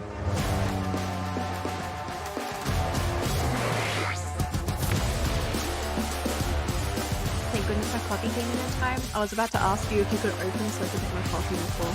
Oh, with Gucci. No, with Gucci. I got my coffee. No. I had to boil water and I was afraid like I couldn't boil it in time. Oh wow. It's fine. Nexterra, and oh gosh, this looks like a dead center flight path here for our teams. Nothing too crazy, nothing too punishing it seems. And yep, right down the center, a little bit more towards the right hand side, but who cares? Still dead center. And are we going to be seeing any hot drops from these teams as they decide where they're going to be dropping? Intellect is going to be secured by Todak. It seems no contest at all. And I think we're looking at a pretty clear game here, Tash. I think a lot of respect being given to all of our competitors. Although, hang on a minute. I am seeing God of Wolf contesting Indostars here. Wait, look at WAG and Attack All Around. Alongside Buram United. Ooh. Also very, very fun. A Goliath of a fight, and it looks like Indostars are able to get the jump onto God of Wolf and Attack All Round as well. Also going to be getting the jump there onto WAG this time. Immediate revive, but look at the number of players and teams that are getting revived and killed and knocked down in the kill feed. WAG just having a free time inside that building, but now we're going to be seeing the perspective of Cyrus, able to get a kill himself, but he has lost his teammate Krillin on the other side of the map. WAG, you run into Attack All Round. I'd be scared. I'd be sweating bullets. I'd want to be getting out of here. I would want to hit the emergency eject button, but I don't know if they're going to find one in time. Wait, look at where Dolphin is. Oh, He's gosh, going for that Dolphin. revive. He went for that revive already. He's fine. I was trying to help his teammate. Separated. Cyrus goes down. Double kill already for Cyrus. He's going to be very happy with that. Not only did he get that revive, but he's also managing to get those picks as well. 3 eliminations in the bag. And on top of that, to Attack All Around, that is massive. One player of Attack All Around has already left the area. I think there's another member of WAG right beside that player. If they manage to get a pick off onto them, no, I don't think he did. They just slipped away. There we go. Immediately, Keroro got to just revive his teammate. So that's very, very quick how they're able to get away with that. Very quick as well. I was 100% certain that was going to be a fully committed fight. Speaking of fully committed fights, so we're still seeing WAG being eaten up by Attack All Round, unfortunately. But again, Krillin gets picked up once more, and this time we're going to be looking at the perspective of Expand here. Crime MKS trying to break this vehicle by Jack. And I think they might be successful. His teammates are here as well, just doing enough damage to slow down that vehicle. God of Wolf. Looks like the team is pretty spread out here. Dion just going to be looting for the team. And it looks like things have settled down here, Tash. So after the initial skirmishes, everyone's going to be going into looting mode. And I'm curious to know what is going to be the path for these teams. Where do they want to go? And where is this circle going to wind up? Because we haven't really got we don't have a lot of information as to whether this is going to be a very central circle. Is it going to be more towards the side of the map? What are we kind of getting here for our circles? We are gonna be getting pain, action. No, I'm just playing. Okay, let's have a look at this one. We have CGGG, Dewa United. Dewa United is a team that I think had a lot of potential today. We start to see them coming up on top. They were a little bit lost yesterday, if you ask me. But today it seems like they have a little bit more of an idea of how exactly they want to navigate the map. That they haven't been able to match firepower to the Thai team. Speaking of that, MRO5 has been spectacular today. Very, very aggressive. He's always one of those players to just really get those rack up a whole bunch of number of pickoffs and pick up pickoffs beyond going big. Also alongside his teammate, CGGG might have bitten off more than they can chew. They already had, what, 2-3 players already knocked out. I think one more player is just running for their lives right now, and I think there's not going to be a problem going in for that revive. Regardless, them giving 4 eliminations to Dewa United is the concern here right now, because Dewa United, they're a type of team that's very momentum heavy. They're a type of team that when they feel good, they can keep going. And can CGGG kind of bounce back from this is also another question as well, because this Twin Bridges era is the place that they wanted to have, they wanted to hold on to. They were actually looting, and now suddenly everything they've done in the first, 5 minutes of the game, gone, and to start all over again from the beginning. Although thankfully for CGGG, they are not completely crippled with one player. I saw Peter getting revived. I think there was another player that got revived as well. So CGGG are still definitely back into this game, but they're just going to have to figure out how they're going to fix up their macro, because to have players being revived, I think we've talked about this before. If you get revived, you come back with basically nothing. You've reset, you've got to figure out how you're going to get your loot. Sometimes it'll be through your teammates feeding you, but in most cases, you're just going to have to loot whatever is left on the map. But speaking of the map, we could be seeing 2 teams potentially clashing here. EVOS running into Flash. Now, I don't think Flash has any information about this, so this could be a bit of a surprise factor that goes in favor of EVOS, although they're turning around. Okay, nope, they're going on to Shin. All right, hang on a minute. Shin is isolated and all alone. They should be able to finish him off, although the glue balls are buying him plenty of time. The team is coming in. Hang on a minute. Have EVOS completely fumbled the ball? That might have actually just happened here. Ray will eventually go down. Flash has come in to try and reinforce and help their teammates in the process. 2 players down on the side of EVOS. Flash is still sticking around, trying to do their best. G'day, though, will take Volley down. He's going to stick around, try to help his teammates out. Flash, though, still have players. Oh, Abax immediately gets shot down and grounded onto the floor. Amgod, though, will be able to pick up his teammate. G'day is there, Ray is there, and I think Flash, they just weren't able to finish this off. Although I did see one player run off the side of the map. I think they're actually reviving back in. So even though things went haywire for Flash, they were able to bring their players back into this game. Although they will be coming back in fresh with no items, no equipment. We'll have to see if they can continue to survive and eventually re-macro up for the next phase. Indo Stars, a team that's already got 2 booyahs. Team that's very hot and cold, gonna meet with another Indonesian team, Dewa United.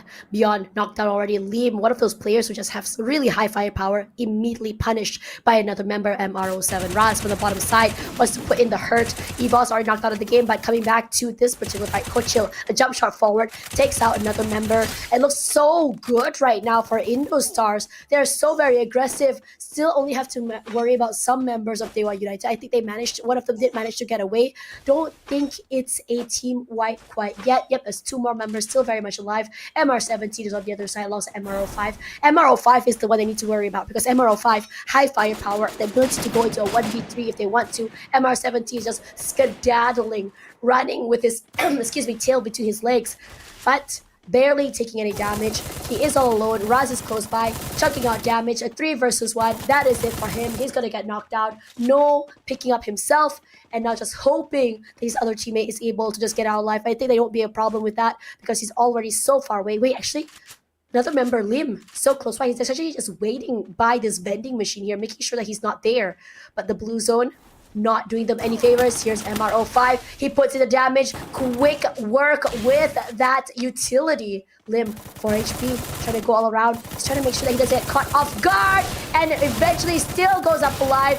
18 here at the very top. Lim wins it in the end, and I think that might have just been a team wipe. Is it? I don't think so. I don't think so. No, I don't think so. I think he was the last one sitting. I think he did manage to get the revive before going down. I think he did. Okay, Buriram in the meantime though is going to be in the same compound here as Todak. It's just 2 of Buriram, but their teammates are nearby, Tash, so we could expect a potential rush coming in, and they are going to provide some grenade support from the sidelines here. So Buriram, how are they going to engage into this? And Todak, are they ready for this? Zen just cut down by Puna. This man so accurate with his shots, and now they're going to start blazing into this building. Todak, unless they can pop some heads as soon as Buriram starts peeking. I think this is just going to go south for them, unfortunately. And oh my gosh, they tried to go for Jonah, but they couldn't even finish him off. Just a tiny bit of damage. It just wasn't enough to go for that one tap. Now going onto that high ground though, jumping right in, hoping that they can actually finish him off with the shotgun. Puna, his connections are not fully connecting here. He is dropping his target down to half health. He has managed to reset though, and traps. He's trapped. Stuck in all those blue walls, will be finished off. And I think this might just be it for Buriram. They have won the compound, they have eliminated Todak and added 4 points to their name. Honestly, this is so intense so very early. Jack putting in the damage. Gardu already dashing up forward, finds Ja. But the thing is, Za thought that he was able to like really take up that space, wasn't able to reply. And Gardu, I really love watching him play. How he utilizes these cooldowns has been massive. Gardu coming up forward, still finding the other members of God of Wolf, finds it, wipes the other team out right before he was able to go in for that revive. That is unlucky and just not the best for them as well. And we might have seen another team wipe, if I'm not mistaken. There we go. Brum United takes out Indo Stars. 9th place for them. 2 in a row. These teams are getting very aggressive toward the end of the day. Towards the end of the day and also towards the end of this 3rd circle. Look at this though, we are seeing so many teams occupy the dead center of that safe zone, just wanting to put themselves in the most advantageous position as possible. And WAG catching out Flash, 2 of their players. But look at this though, Onyx actually jumping into the fray as well. It's only 2 players though, unfortunately, and I think they don't want to have anything to do with WAG, who has access to that compound. So it looks like teams, they are trying to find out where they want to be. And Buriram, so they've actually managed to secure themselves 2 compounds. Expand in the meantime though are on the outer edge.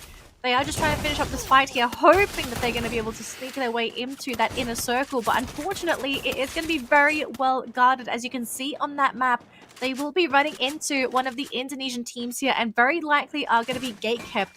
So if they can try and find a sneaky way in without being spotted, or hope that Onyx are going to be kept busy elsewhere, this might just be a really difficult late game here for Expand.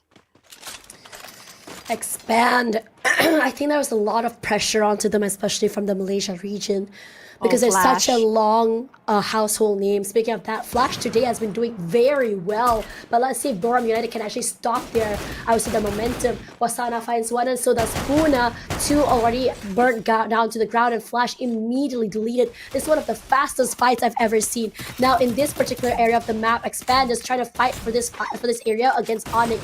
Roy inside the compound. I don't think they're going to be able to go inside. Not too sure. We are already seeing CGG have their sights onto Expand as well. Expand sandwich between the 2 teams. They have to be careful. This is not the best place for them to stay.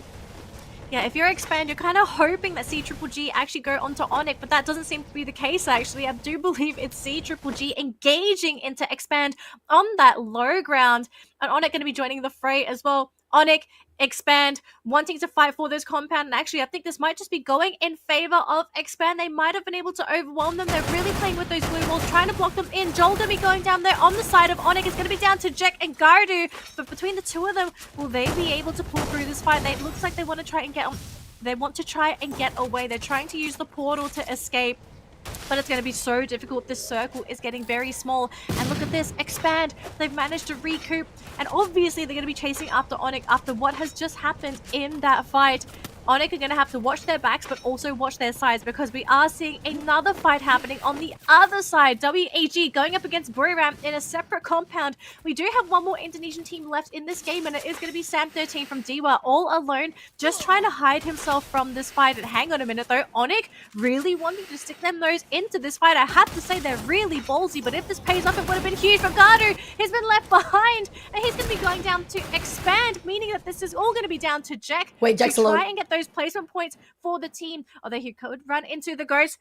Actually tries to shoot him down, and also revealing himself to Krillin as well, using the portal to go on top of them. It's a 2v1 situation. That man is brave. I'm going to have to say that. What a jump! Buriram, though, going to be going for another fight. Dolphin going down to Buriram. WAG slowly crumbling under this pressure. And I have to say, C-Triple-G in this game, I don't know how this team does not have any eliminations yet. They have waited for the late game, but no eliminations, and they're right next to Expand. So we will possibly be seeing this team slowly come online as this game goes later and later. 16 left, 15 players, Tash. I think it's time. I think it's really unlucky for C-Triple-G. They've been trying to go for those early fights, but they keep getting denied. Now, as Onyx goes down, one more as well needs to go for that revive. Immediately gets picked up by his teammates. I don't think C-Triple-G wants to go for that fight because they want to make sure that they're able to survive till the end. Placement points is what they're trying to go for here, but Buriram United playing aggressive and immediately claiming the middle side of the circle. Jonah takes a lot of damage, goes over on the other side, and they also have a vehicle here too. This is interesting. Expand, I don't think that even though they do have the compound, their compound is not where the circle is favoring. If they're going to have to leave the area at one point or the next, and when they do, it's going to be C-Triple-G waiting outside there with open arms. Now, I noticed the vehicle was already on fire, so I don't think they're going to be able to do anything about that. Crime and Chaos on the top side here, going ring around the Rosie, playing on top of the area. Wasana on the top side. Time to gonna move. have so much information. We see C-Triple-G very happy and healthy in the middle side of the compound. WAG does eventually go down, and now we're down to the last three teams, and the utility comes down just to really flush out the left side of the building. No one leaving the area quite right. Expand has one player already knocked down. No problem getting the pickup. I don't think so. Wasana thinks he's gonna just immediately delete him from the area. Expand pushed out of the compound, and now they're just boxing that little corner between the zone as well as the ice wall. They got out. They actually managed to portal onto the other side and have managed to backstab into Buriram. They got rid of Moshi, but the Axel is going to go down. Buriram, they're trying to turn around to save their teammates, but this actually could be the opening that C-Triple-G need to jump onto Buriram. That backstab may be the reason why they win this game. Buriram, they're still sticking around. All three players still up and going. 20 kills to their name, looking to try and grab some more, trying to buy time and find that opening to backstab C-Triple-G. If they can somehow turn this around as a three-man team, this would be huge. But I'm seeing Buriram players dropping left, right, and center, and that's going to be it. C-Triple-G, the opening by Expand, giving C-Triple-G the chance to backstab Buriram when they had to turn their backs to deal with Expand. What a late game. Oh my goodness. The inclusion of portals to the game, I have to say, it has really made Free Fire an absolute joy to watch. The tactical foresight required by these teams in the late games, like just having all these utility abilities. I mean, speaking of Free Fire late games, back in the day is so different to now. I know, but I'm just saying, like, on top of the late games, what a late high five. I think they waited at least 2 minutes to high five each other. Like, what the heck happened there, man? Honestly, I would say that this is a good play by C-Triple-G. They decided that, okay, us taking fights is not giving us as many points as we like. Let's just play it safe. Let's just play the survival game. We don't have to take fights. We just try and just run and keep alive as much as we can. I think they may have given out more points than they would have liked to take during this game. I think they got revived like 2, 3, 4, 5 times in the game, and they didn't have any pickoffs until toward the last circle, which is literally just Expand and Buriram United. I think it was 3 total. It was 3 total, so that means 15 points. Not honestly for me, given the format, not the best situations, but at the same time, if a booyah is what they needed to really propel them forward or give them extra points, you know, everyone has their own different ways, their own different styles of play and their own objectives. And I think for them, it's about getting those booyahs, because end of the day, if you remember, tiebreakers, the first tiebreaker they have to worry about is the number of booyahs. And I think that's what they're trying to focus on right now. Very, very likely the case here. See Triple G though. Unfortunately, the sad thing with this team is that even though they got the booyah, they will not be on top for points, because Buriram, if I'm not mistaken, they ended the round with 20 eliminations. 20. So we're looking at 29 points, even though they came second. So they're totally fine with their placement. They're totally okay. That's going to just push them further and further ahead on that leaderboard. This is going to be very interesting. WAG has those pop-off moments, but didn't really manage to really seal it toward the end. I think WAG's biggest problem is that they are playing too separated. I think the communication is not quite there, so they're not able to really move together as a team to really come around and just take up these fights properly without getting picked off one by one. Every time they go for the revive, instantly they're going to be able to be picked off.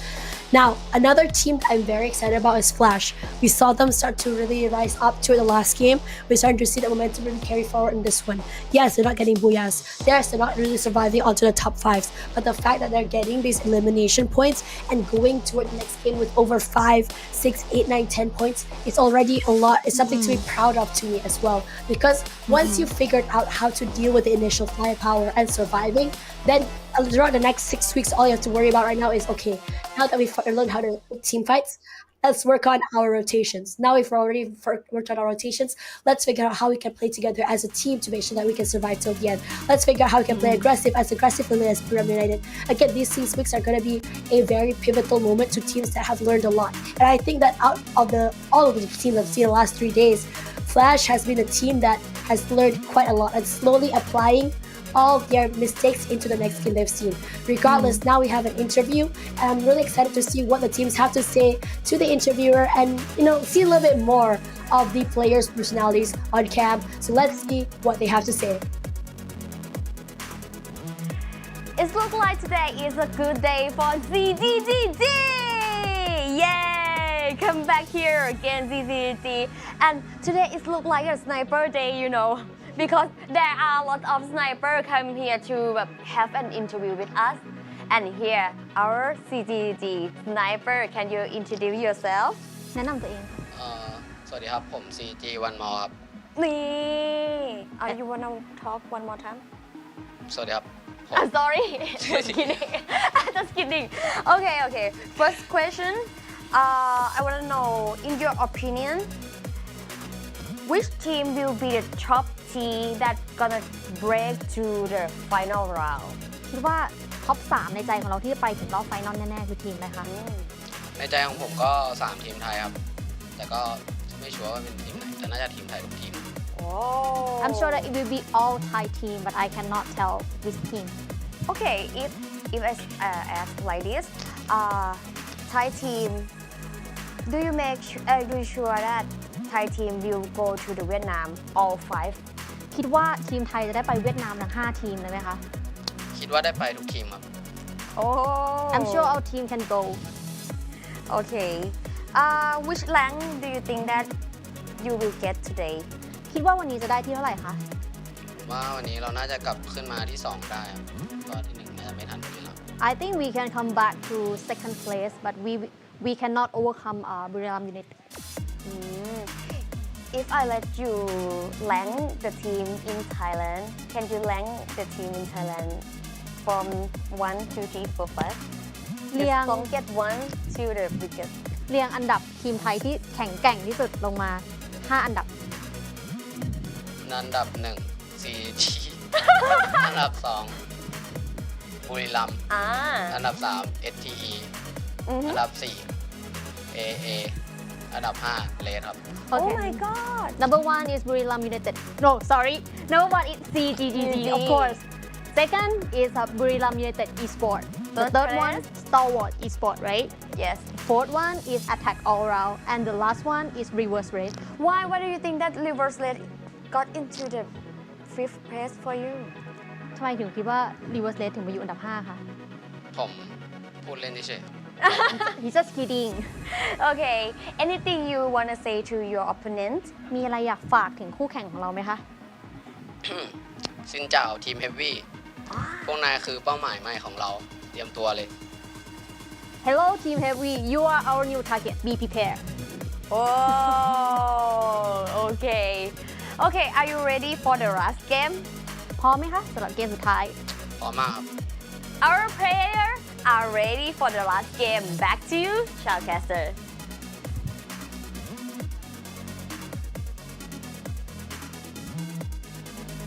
Okay, that's a very bold claim here coming from a team that ranked below Buriram United last year. I think this is in a way a challenge to say that, okay, even though you are ranked last year second place in Free Fire World Series, here in the Free Fire World Series Southeast Asia 2024, we are going to be taking your spot and then going all the way till the end.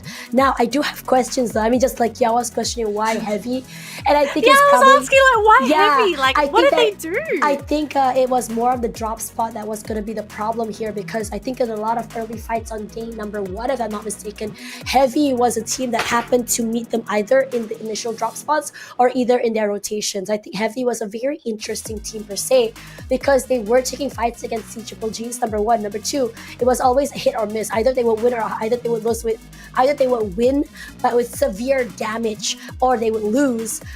But still, I mean, like, I think both teams are just in a way just butting heads around areas they were taking for rotations. Now, looking at one more here, I think I've already highlighted him a lot in the previous games. He managed to get the MVP, but this time around, he's still the long-range player using Tetsuya. I think it's great that he is trying his best to play not against the meta, but working with what works for himself. But surprisingly, with Tetsuya and also the long-range pick, personally, I would rather see a Mora. But I think for him, there must be a reason why. And I think that it's because the team wanted to play a little bit more aggressive and a little bit more toward that short range fights, which is possibly why they wanted to play like in a very passive way. Because when you have one more playing aggressive and also picking up fights or picks from long range, it attracts way too much attention. All right, so as we get the players ready for our random map, and also we do need to roll this random map to see what it is going to be. Let's have a look at the player stats for our previous matchup. So we have Wasada sitting on 8 eliminations, followed by X-Roy, Kiba, Crime MKS, and Karoro, all 4 players technically in second place with 6 eliminations apiece. Now, our key players aside from Wasana, we have Mr. 17 for rescuing his teammates 2 times, Moshi for 3,400, almost 3.5k damage. And lastly, for On Fire, this man got picked up 3 times.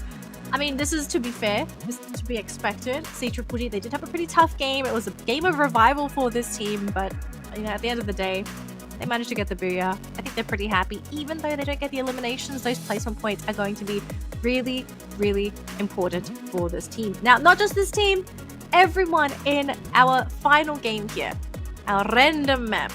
I need to know, and I know you want to know as well, Tash, what is this last map going to be? Because we said this yesterday, this last map could set the pace for teams that either need the points the most or for teams that are already currently topping that leaderboard. And very quickly, just going over these points, Buriram, yes, they came second, but they had 20 eliminations. So 29 points for this team. Absolutely deserved. They were on fire this matchup, but I'm surprised C-Triple-G actually went down to 4th place.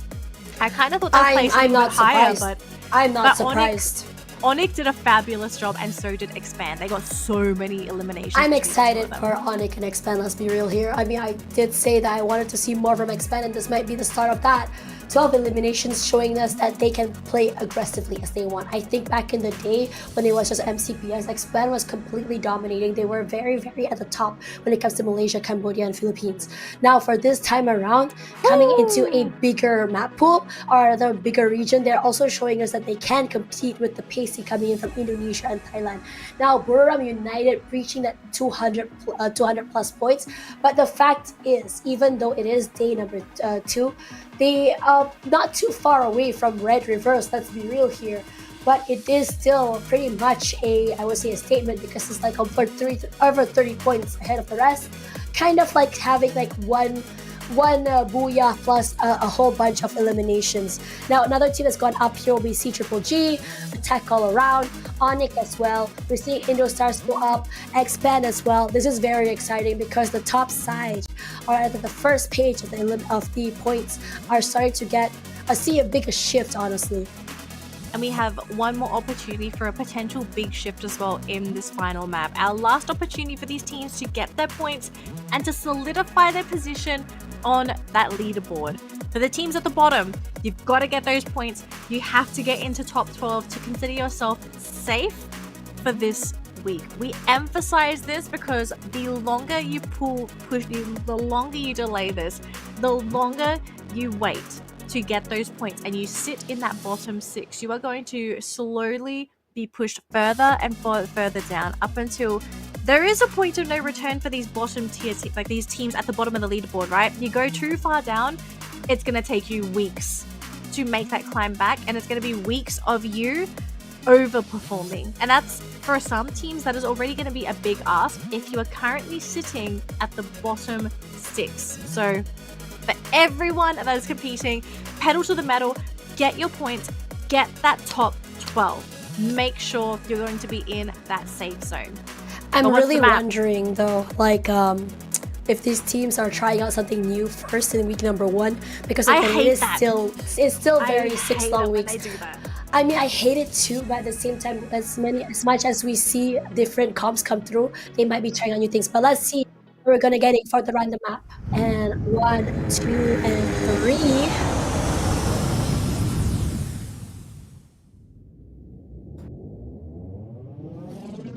It is going to be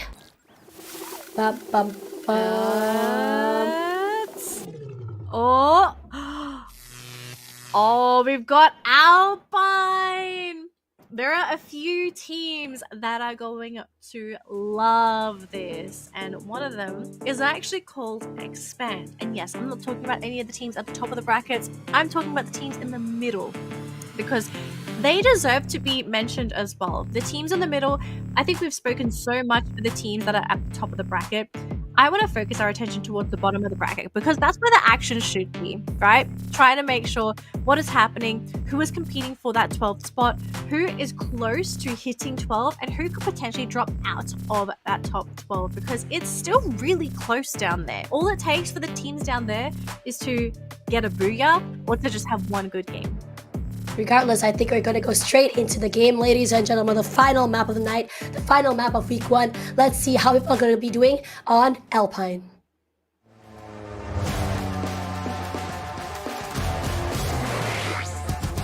I'm so fatigued. Oh no.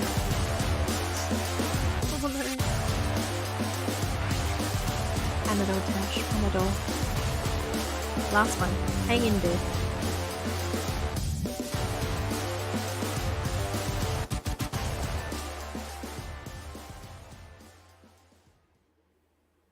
It's Alpine time, and what is this flight path going to be? It looks like it's going to be a pretty generous one as well. So coming in from the bottom right-hand corner, going all the way up to Snowfall. So again, not a punishing flight path. I kind of, for these random maps, I think it sounds terrible because the players already have to deal with the fact that it's a random map. I would love to see some of these less forgiving flight paths, especially for like the last map of the day. Really challenge the players and really make them work for those points. Oh god, I think I'm a little bit too mean with this maybe. Alrighty. So it looks like we are going to be seeing multiple team skirmishes here, as we are seeing multiple hot drops happening across the map. We're going to be starting off here with Onyx, who are fighting God of Wolf and are able to get multiple knocks. They have lost Joel in the process. Kiba is still sticking around here, but God of Wolf not going to be too happy with their current positioning. Isa maybe coming in for that backstab, will be able to potentially go for a drop, trying to find Kiba, but Isa just unable to find that opening and runs right into Isa's bullets as well. Going to be taken down as well. And finally, for God of Wolf, we have Rip. This is going to be a tall task for this one man. He is able to get one knock for the team, but he will go down though. X-Roy having other plans. Death, in the meantime, though, was able to be brought back, but he's going to be all alone, I believe, and this might just be a little bit too much to ask for. X-Roy, though, the fact that Expand has one scout here that was able to secure a elimination for the team, this could be a bit of a turnaround here because we also have the Axel in the vicinity. So if X-Roy can set up for his teammate, we could be looking at a skirmish, but I think they're just thinking, okay, are we in the right position? X-Roy still sticking around. He does finally get taken down, and it's just the Axel. No other teammates are nearby. It looks like they are going to try and go for a knock here, but with 3 players going up against 1, I think this might just be another free elimination going in the way of the team. And yes, they will get it. Sure, the Axel is going to be brought back into the game, but you basically fed away a number of eliminations basically for free and getting nothing in the process as well. I think, excuse me, I think that's what's really interesting right now is the fact that a lot of teams are starting to really what you said earlier in the pre-show, put the pedal to the metal, excuse me, because it's the final map of the week and they want to be able to end the week with not only good placements but also in a way that they can put their mind at ease a little bit before they go into week number 2. Buriram United did pretty well today. They are a team that's so great at repositioning themselves. They're so great at picking a fight. And speaking of picking a fight, I think Funa has his mind, or rather his eyes, on Dewa United.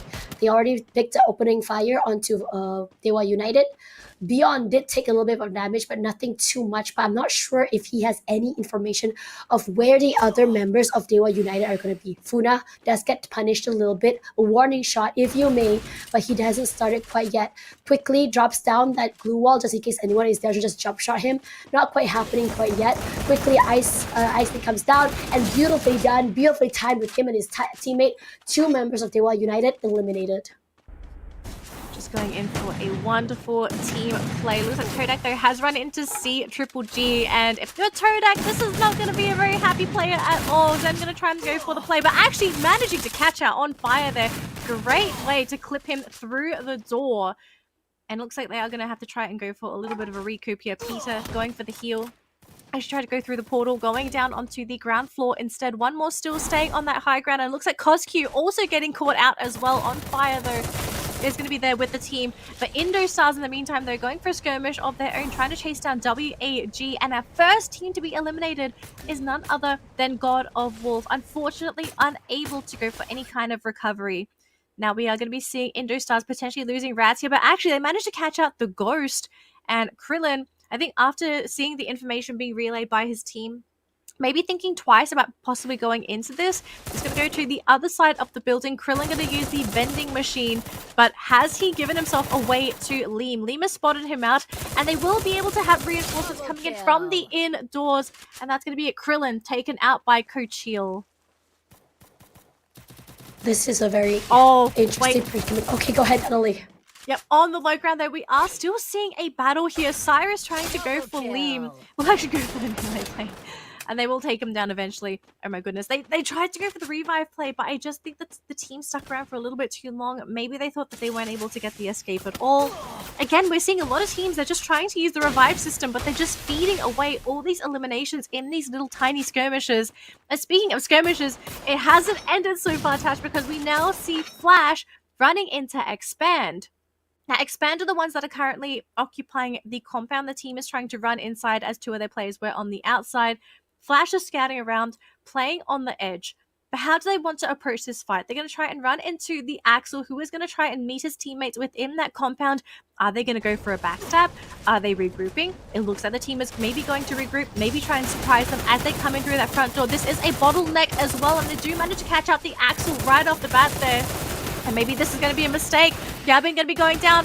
Volley as well. Flash maybe eating a little bit too much for this. Maybe they took a big bite and they just thought that they could take it. But apparently they couldn't. And I think the Flash, they still have Artemis. But look at this. X-Roy outside looking to pick up his teammate. Same thing here with Artemis. Actually trying to go for a heal instead. So it seems like for Flash, they're going to try and go for the survival play. But this is going to be such a scary fight. We're going to switch on over to Evos instead, who are going for a fight up against Todak. And it looks like X-Roy was able to eliminate Shin on the other side of the map as well. These battles never ending. We are down to 34 players already, and the game has just basically started. It looks like the Flash was finally taken down, already eliminated, and now Todak is in trouble because EVOS keeps picking their players off one by one by one. Can you believe we're only about 6 minutes in and I only can't. toward the third, fourth circle, and we already lost so many teams so lost early? Almost Yeah. 20 players, I think. Yeah, and it's actually insane because this map is, I wouldn't say it's the biggest map, but the amount of fights that's happening so early, I would expect this tempo to come from a map like Bermuda. Regardless, WAG, no eliminations, already been revived over and over again. They are a very slippery team. Regardless, EVOS now in trouble. Zen has his eyes on Aim God. Aim God has the high ground advantage. Zen quickly repositioning himself, understanding that he's in a very vulnerable position, playing underneath the pier and quickly moving away. He is in a sandwich. If EVOS does manage all four to come here, Zen could be in trouble. He's going to try and find a way to isolate these fights, wait inside, and manages to survive that. Waits too long. None of the shots are going to be happening. The cavalry has come. Zen is in trouble outside in the blue zone on top of the bullets. He's going to be pelted, and he will be taken down here by Zen. Ray going to be happy with another point in the bag. Going to be looking at Onyx perspective here. Team currently sitting on 7 eliminations. You know what I want to see right now? We saw so many skirmishes. This is what I wanted to see. Team status. Look at the number of eliminations that has happened so far. Onyx is leading with 7. Indostars on 6. EVOS on 5. The Indonesian teams have just gone completely off the rails for this game. We're going to be seeing some more here as Onyx run into Expand, and they will be taking down Crime MKS in the process as well. The Indonesians are hungry for points. But I'm not going to get my hopes too high up because we've seen teams before, they have an explosive start, but they get a little bit too carried away with that momentum and they just get picked up during that mid-game. Going to be looking at attack all around here, picking up a free elimination of their own, and they are going to continue on with their looting game. CGGG, they've had 3 revives already. They've had a really, really tough early game. But they look like they are going to be able to finally stabilize as a team, just spreading out. Going to continue on trying to get their loot. Same thing here with Diwa as well. Full team of revives, looking a little bit light for their loot as well. Probably just trying to loot up as much as they can, avoiding as many teams as possible just so that they can somehow stabilize that mid game and have a chance of going into that late game. Because remember, folks, if you go into the late game under-equipped, you are probably going to be losing out to the majority of the teams who are not only snowballing, but are fully decked out in gear. Dewa United trying their best to really clear out this area beneath them. The circle is not in their favor, but the terrain is, though. Gonna be hard to clear out EVOS from that, I would say, from that compound. But what they can do is maybe go for a longer rotation. They can just move over to the other side of the map.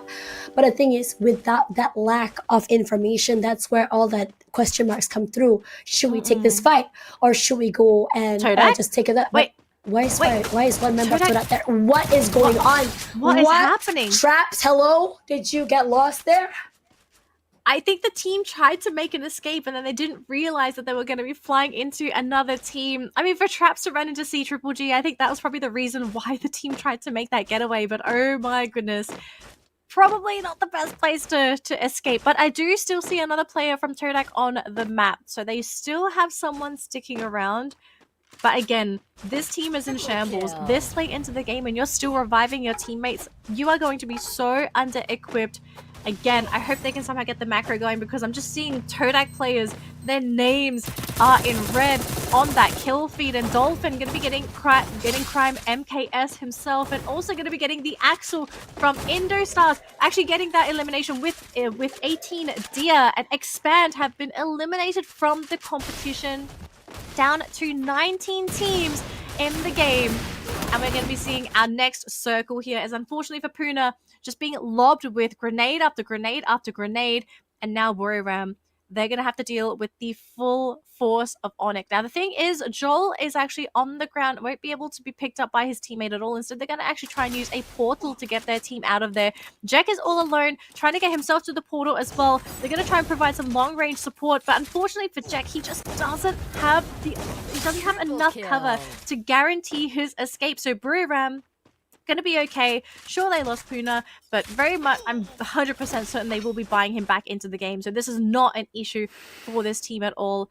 I don't know how you're going to recover if you're Onyx though, because this circle is starting to get really small, and especially with how small the circle is now, teams that come flying in with brand new players, they are basically going to be potentially feeding away those eliminations. You're going to be seeing EVOS here trying to fight up against C-Triple-G, who are going into this compound, forcing their way through. On Fire is in a different building. I think they actually overstayed their welcome, because EVOS managing to do critical damage, and actually I think the team's disengaged. I'm seeing 2 portals from either side. On Fire on one. The team is going down towards the south, and we had EVOS going in towards the north. On the rooftop, though, we have D.Va in this other compound. The teams are so split. Jeez. Absolute mayhem happening on the western side of the circle in Forest Also, Red. 3-4 teams here right now. One player is C-Triple-G already waiting at the vending machine. D.Va United already fighting 1-2 actually. But that's the beauty of having one person at the vending machine. Instantly dropped, instantly revived. That is actually kind of genius, but yeah, sure, why not? D.Va United already 6 in the bag, and it looks like they're gonna look to get into the circle and chase EVOS out of their area. And this ping-ponging circle is not doing anyone any favor. Yeah, EVOS left, and they have to cross the water in order to get to the other side as well. Not the biggest fan of this movement either, but Homer just gonna clear the area. I think Homer did find someone eventually, and now they are in trouble. They're gonna find the final member on the outside. Sam over already here, and now Beyond trying his best to take one out, and they're gonna go cause already out of the way, and the circle quickly just dwindling, eating out at HP. But the middle side of the circle is very interesting. One member from WAG, one member from Onyx, one member from C-Triple-G. What is going on? A mixed bag of people in the middle side. No clue if they want to cross into the other side of the stream or but here. Look at where Buriram is. They are right next to EVOS. Oh gosh, and Puna. Puna is going to provide so much valuable intel for the team. I would not be surprised if they actually decide to run into this in there. Looks like that's going to be the plan here for Buriram, wanting to storm the building. I hope EVOS is ready for this. Grenades would be massive. They tried to use the shotguns, but actually Puna, first one to go down in that battle as well. But hang on a minute though. Has this been a mistake here for Buriram? We're going to be seeing C-Triple-G being eliminated on the other side of the map as the skirmish continues to happen. So far, it still seems to be a 3 versus 3. No more players are dropping down. Grenades are being deployed here by Buriram, but they just can't penetrate the compound that EVOS are currently occupying. And look at the other side of the map. We're actually seeing a third party happening by D.Va. They are pressuring Buriram. Buriram just don't have the opening to be able to freely go into EVOS, but they do manage to get it down here. Arbax is down. They finally managed to flush out EVOS. Buriram getting what they wanted. They might be losing these eliminations because Attack All Round are snatching away these elims as well. EVOS do finally go down, but at the end of the day, Buriram, they didn't even get the majority of those elims. All they got was the compound, and it's not even inside the circle. WAG have an amazing compound. Indo Stars gonna try and compete with WAG for this compound as well. Are they gonna be able to get it though? Do they have what they're looking for here? This is going to be really interesting. WAG in the inside of the compound. They're completely stuck. They can't go outside. You can see more utility dumps coming in through. Krillin eating up the damage. He's going to try and go outside. As soon as they step out, they're going to go straight into the arms of D.Va United. They have to be careful. Shots come out here from D.Va, but now they're also getting shut down on the other side from another team that's always so going to be Star. They're still going though. A lot of teams trying to occupy this southern compound up top though. We do have a tackle round and Buriram trying to battle it out right in the open. I have to say these two teams incredibly ballsy, but also burning through a lot of their utilities, all of these blue walls, just so that they can try and eliminate the other. Jonah's on the ground. Team won't pick him up. Wasana going to be caught by Poongod as well. I think this might just be at the end here for Buriram. This is such an open area. It's all down to Moshi. Moshi's so low. I don't know if this man's going to be able to do anything. He gets ticked down. Poongod catches him. Buriram out in 5th place. And we are down to our final circle here, Tash. We have 4 teams remaining. WAG all in a compound, all together, ready to go. Attack all round, also in a fantastic position as well. D.Va hiding around the edge. Sam 13. This man, he's going to have to do the best that he can. He is the last man standing. I don't know if he's going to be able to pull off a miracle. I think he can just be the kingmaker. I think I think Attack All Round might be the ones to crush his dreams. Poon God slowly whittling away at that glue wall. This circle is going to have to start moving now. What a shot. Team wipe. Sam goes out. That's going to be it. Final 3 teams here, Tash. 11 players remaining. 3 teams to go. Final booyah of the day. Let's see who's going to be getting these points. Who's going to be going up on that leaderboard. And who may actually get some game-changing points to end the week for week 1 of these knockouts. So far, it seems to be Attack All Round incredibly close to WAG, but I have to say Indostar's playing really brave as well. Playing so close to the enemy, are going to be rushing him towards the southern side, and Attack All Round Kororo going to be caught by Raz. That's going to be a big play. WAG though in a very open position, not being focused at all. Indostar's actually What trying the to heck is eliminate that? Attack All Round instead. Looks like Ghost able to eliminate Raz as well. WAG are being completely ignored. Indostars, they wanted Attack All Round instead, and they're going to be losing so many players in the process. WAG still sitting on 4 players, not pressured at all. Dolphin will finally go down, now down to 3 players. The players are trying to play with all their glue walls, but look at how much space there is left. We might be seeing some cheeky plays, maybe using glue walls to try and eliminate players. Ghost is going to go down for WAG as well. Krillin, he might have to be the one to save the game for his team because they're starting to lose a lot of space here. 3 players remaining, 1 more to go. Can they get him? WAG is going to be down to Krillin. He gets Poon God. Is this going to be enough here, Tash? I think this might just be it. They get the booyah.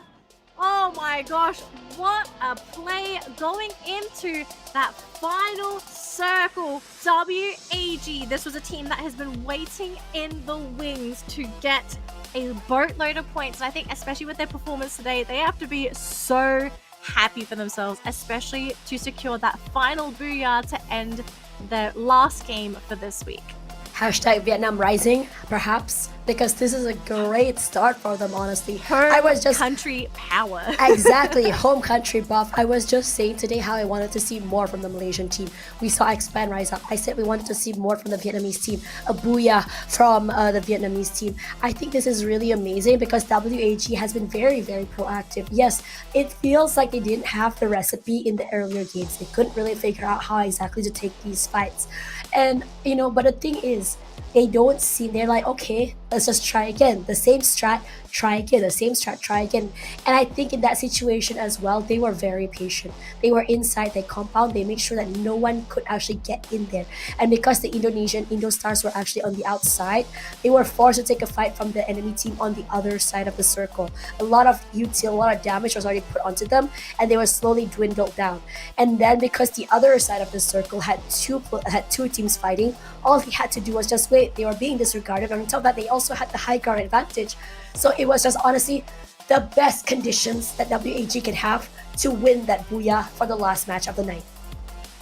WAG gonna be ending the week as winners. Man, I feel like it has to be so good to be able to end the week on an emotional high, because this is something that I think will carry them into the next week. And if anything, I think WAG, we really need to watch out for them, because over the course of 2 days, we have seen them really grow and develop as a team, and they're really starting to show some beautiful colors in their gameplay. But we have to talk about what happened in this game, because I have to say this was such an action-packed game. Like, we saw so many players being eliminated in the first 5 minutes. Like, it was just non-stop action all across the map, and I think players and teams are starting to realize the importance of being the ones to initiate this early game aggression, catch people off guard. It was huge. Look at that, how they are really being very, I would say, very good at with using those little opportunistic areas.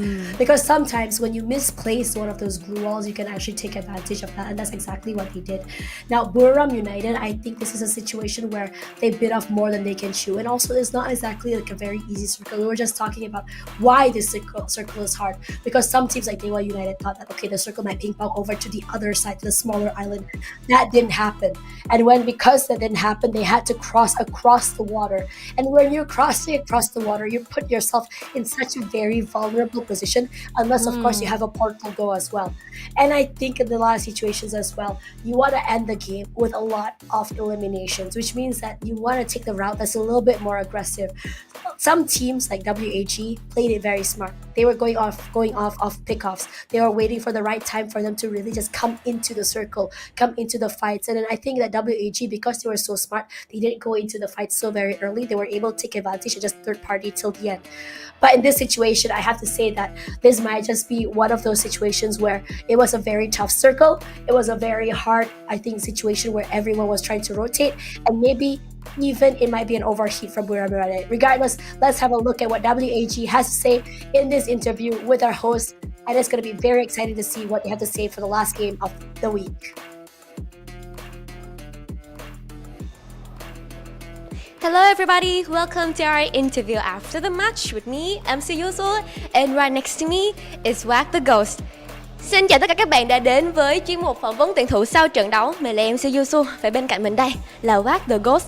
Thì không biết là Wack có thể chào lời đến các bạn khán giả được không ạ? Mình xin chào tất cả các bạn đang theo dõi qua truyền hình.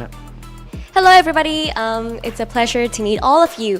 So, we have been through 3 days of the tournaments. What is your feeling right now? Thì mình đã trải qua 3 ngày thi đấu rồi. Thì không biết là cái cảm xúc hiện tại của mình cũng như là tâm trạng của Mai hiện tại đang như thế nào ạ? Bọn em đang còn cảm thấy hơi khá ngợp với giải lần này, tại vì trải qua một thời gian khá lâu bọn em không thi đấu, thì em nghĩ là bọn em cần thời gian để bắt nhịp dần với giải đấu. For the Ghost, he feels like it has been such a long time they haven't jumped right into a tournament to play, especially like an international tournament like this. But overall, everything is pretty okay, and they're catching up with the vibes right now. So he thinks that he will do better next time. Vậy thì tiếp theo thì không biết là The Ghost đang có đánh giá như thế nào về cái phong độ của đội tuyển mình cũng như là về khu vực Việt Nam ạ?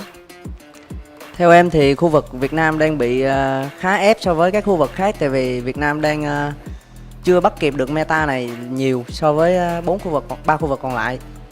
Thì em nghĩ là năm đội tuyển Việt Nam cần cố gắng nhiều hơn.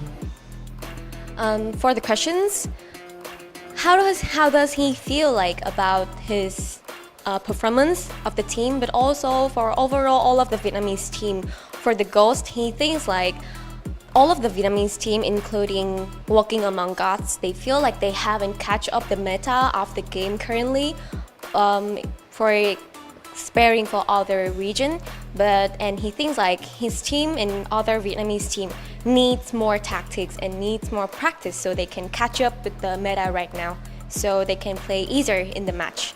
Vậy thì tiếp theo thì không biết là hiện tại The Ghost đã có cái chiến thuật gì tiếp theo chưa, hay là chắc là bây giờ các bạn cũng đã bắt nhịp được rồi, thì không biết là các bạn có chiến thuật gì tiếp theo cũng như là để chuẩn bị sẵn sàng hơn cho cái trận đấu tiếp theo ạ? Bọn em nghĩ cần luyện tập nhiều hơn và theo dõi tình hình đối thủ nhiều hơn để có thể bắt nhịp được tuần thi đấu thứ hai nhanh chóng hơn so với tuần 1. So currently it's the end of our first week of the tournaments. The Ghost, he feels like his team needs to practice a lot more and having planned more tactics and catch other players of the teams, like especially in Thailand. He feels like he needs to watch a lot of movements and also like the play scene of the other team so they can more practice and be more perfect. Vậy thì chúng mình đã có một cái khoảng thời gian thi đấu cũng rất là khó nhằn rồi, và cũng rất là vui là chúng ta hôm nay đã có một cái chiếc bua da rất là xứng đáng dành cho Walking Among Gods. Thì The Ghost có lời gì muốn gửi đến các bạn khán giả cũng như là về những người bạn tinh thần của chúng mình không ạ? Thì vẫn là câu nói cũ hơn, nếu các bạn theo dõi WG thì WG sẽ không làm các bạn thất vọng, thì bọn em sẽ luôn không ngừng cố gắng để cải thiện tình hình tem nhiều hơn trong tuần tới. Cảm ơn các bạn đã luôn theo dõi và ủng hộ ở bên cạnh tụi mình. For the Ghost, it is a blessing that he feels like he having his fan and his viewer always following Walking Among Gods and giving them such a support so they can move further and also they can play their best, because he knows that he always have you guys behind his back. So in the next week of the tournament, like the Ghost and his team will try their best to giving you guys more booyah. Then this is the end of our interview. So thank you a lot and good night. Thank you for watching our games today, and I hope I can see you guys next week again. Bye bye.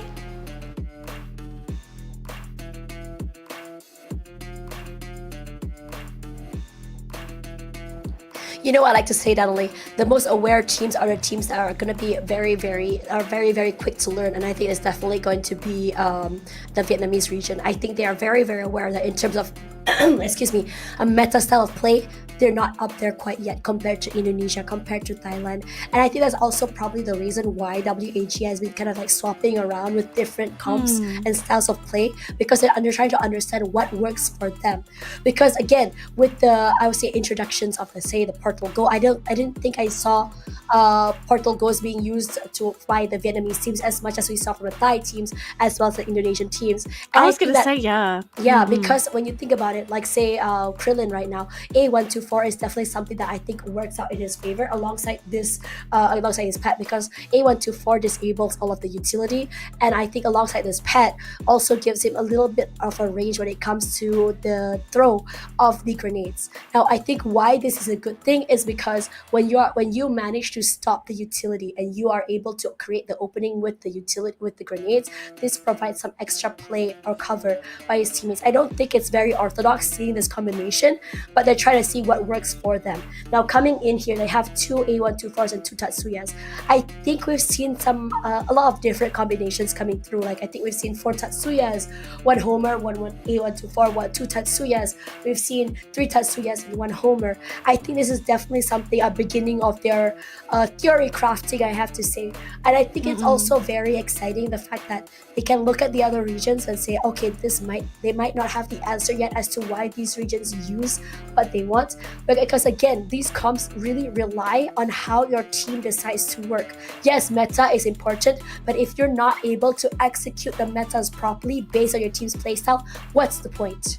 Yeah, and I think the next week is going to be really important for not just the Vietnamese teams, but basically all the teams competing too, because they'll have that week to cook up new ideas, and I think most importantly, to basically gather all their information from their games that they played this weekend and sort of formulate their next plan going into that next weekend. What are the most important things that the successful teams are currently using, right? Like, what are they focusing when it comes to utilities? What are they focusing on when it comes to guns?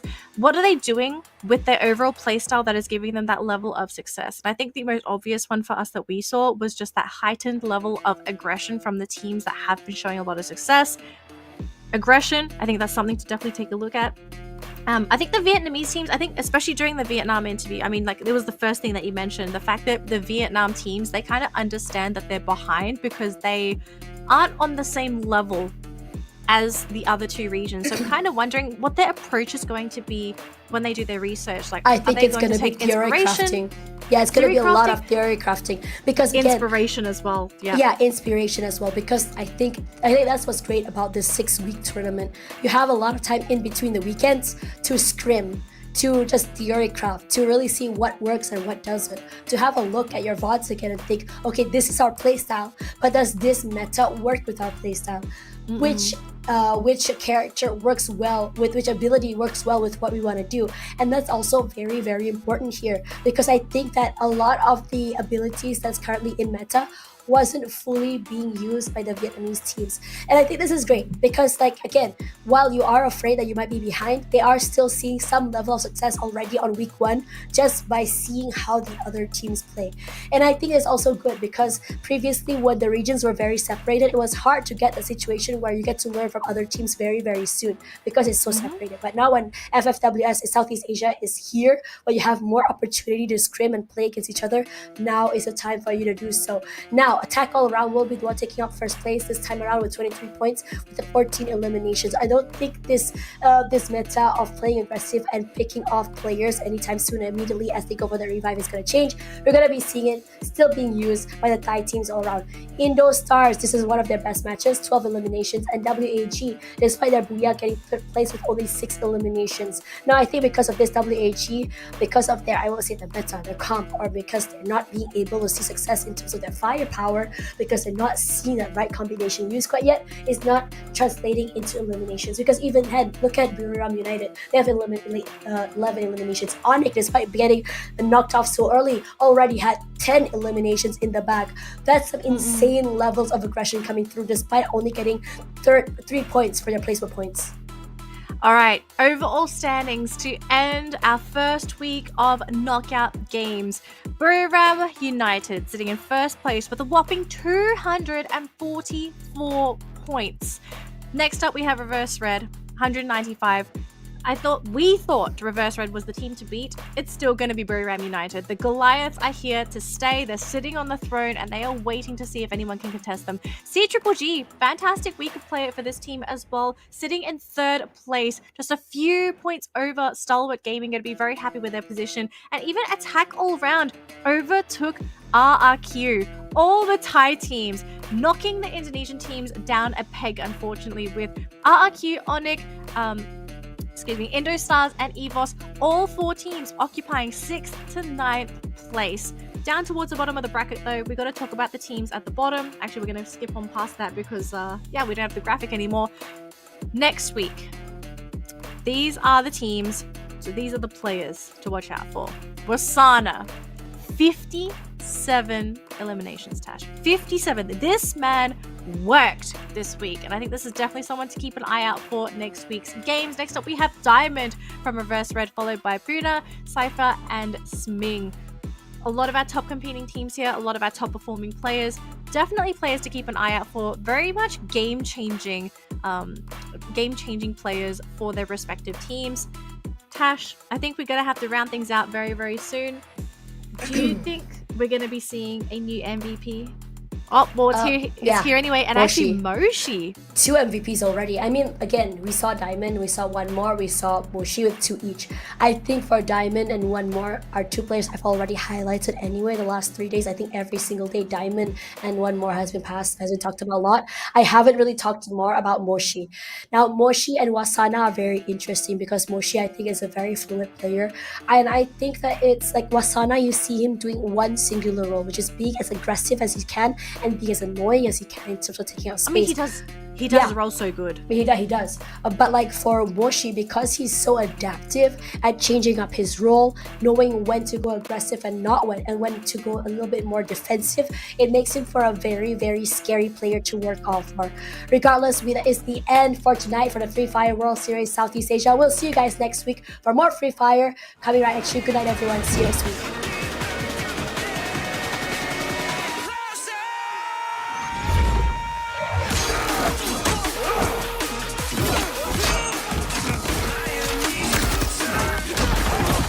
Supplier! How'd you like them apples?